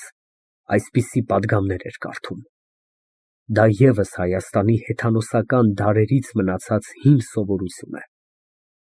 Մենք անցանք եկեղեցական մարգարեությունից դեպի ժողովրդական մարգարեությունը։ Հեռու մի քարաժայռի վրա նստած էր մի փոքրիկ աղջիկ։ Նրա նիհար և բարակ երեսը, օծված ընկույզի յուղով, փայլում էր ջահի լույսով, որ վառվում էր նրա մոտ։ Նա հագած ուներ մի տեսակ խայտաճամուկ և կախարդական զգեստ։ Մանուկ օրիորդների բազմությունը շրջապատել էր նրան, նա նույնպես գուշակում էր։ Մենք մոտեցանք։ Դա այն աղջիկն է, ասաց Մարոն։ Յուբին, այսպես կոչում են նրան։ Յուբին ճանաչեց թե ինձ և թե Մարոյին։ Եկեք գուշակեմ ձեզ համար, նա դարձավ դեպի մեզ ժպտելով, ձեզանից փող չեմ առնի։ Ե՞րբ եկար այստեղ, ուր է քո մայրը, սկսեցի ես շփոթեցնել նրան զանազան հարցերով։ Դեռ նա պատասխան չտված, հայտնվեցավ Սուսանը, կասկածավոր կերպով նայեց իմ երեսին, մռմռաց դեպի Յուբին մի քանի անհասկանալի խոսքեր։ Փոքրիկ վհուկը վայր թռավ ժայռից, որի վրա նստած էր, և երկուսը միասին անհայտացան գիշերային խավարի մեջ։ Ինչո՞ւ նրանք փախան, երբ տեսան մեզ, հարցրուց Մարոն։ Չեմ իմանում, պառավ կախարդը միշտ զգուշանում է, որ Յուբին ինձ չհանդիպե։ Իստակ սատանա է այդ աղջիկը։ Նա հավատացնում էր, թե իր մայրը գողացել է նրան դևերի օրորոցից, մեջ մտավ մի աղջիկ, որ կանգնած էր մեզ մոտ։ Դրուստ է ասում, եթե դևիկ չլինի, մի այնքան պստիկ երեխան կարող է ամեն բան գիտենալ։ Նա ասաց ինձ բոլորը, ինչ որ կար իմ սրտում, ինչ որ ես արել էի։ Երբ հեռացանք բազմությունից, Մարոն ինձ ասաց. Կամ Կարոն, կամ նրա ընկերներից մեկն այստեղ պետք է լինի։ Դու ինչի՞ց ես իմանում։ Այդ կախարդ կինը և փոքրիկ վհուկը միշտ հետևում են նրանց։ Որտեղ որ Կարոն լինում է, դրանք այնտեղ իսկույն հայտնվում են։ Ես չեմ հասկանում Կարոն և իր ընկերները ինչ գործ ունեն այդ բոշաների հետ։ Ես էլ չեմ հասկանում, պատասխանեց Մարոն։ Բայց մի բան կասեմ քեզ, Ֆարհադ, այդ փոքրիկ վհուկը, որին կոչում են Յուբի, հայերեն խոսում է և խոսում է ինչպես մի հայ։ Բոշաները ամեն լեզվով խոսում են։ Ոչ, դա նրանց նման չէ։ Մի անգամ ես ասեցի Յուբի, եկ մեր տանը մնա, ես քեզ կպահեմ, ինձ քույր կշինեմ։ Նա ինձ ասաց, չէ, ես մորս մոտ պիտի գնամ, մայրս ինձ շատ է սիրում։ Այս խոսքերը նա ասաց հայերեն լեզվով, բայց պառավը հենց որ լսեց, բարկացավ, շուտով հեռացրուց Յուբիին։ Նա մի կորած մայր է պտռում, Մարո, բայց որտեղ է հայտնի չէ, խեղճը միշտ հիշում է նրան։ Այդ ես էլ եմ իմանում, պատասխանեց Մարոն։ Դառնալով դեպի մեր վրանը, մենք անցանք փորձության ձորի միջով։ Այնտեղ էր վիճակի ժայռը. նա կոչվում էր վիճակի ժայռ այն պատճառով, որ նրա վրա ուխտավորները փորձում են իրանց բախտը։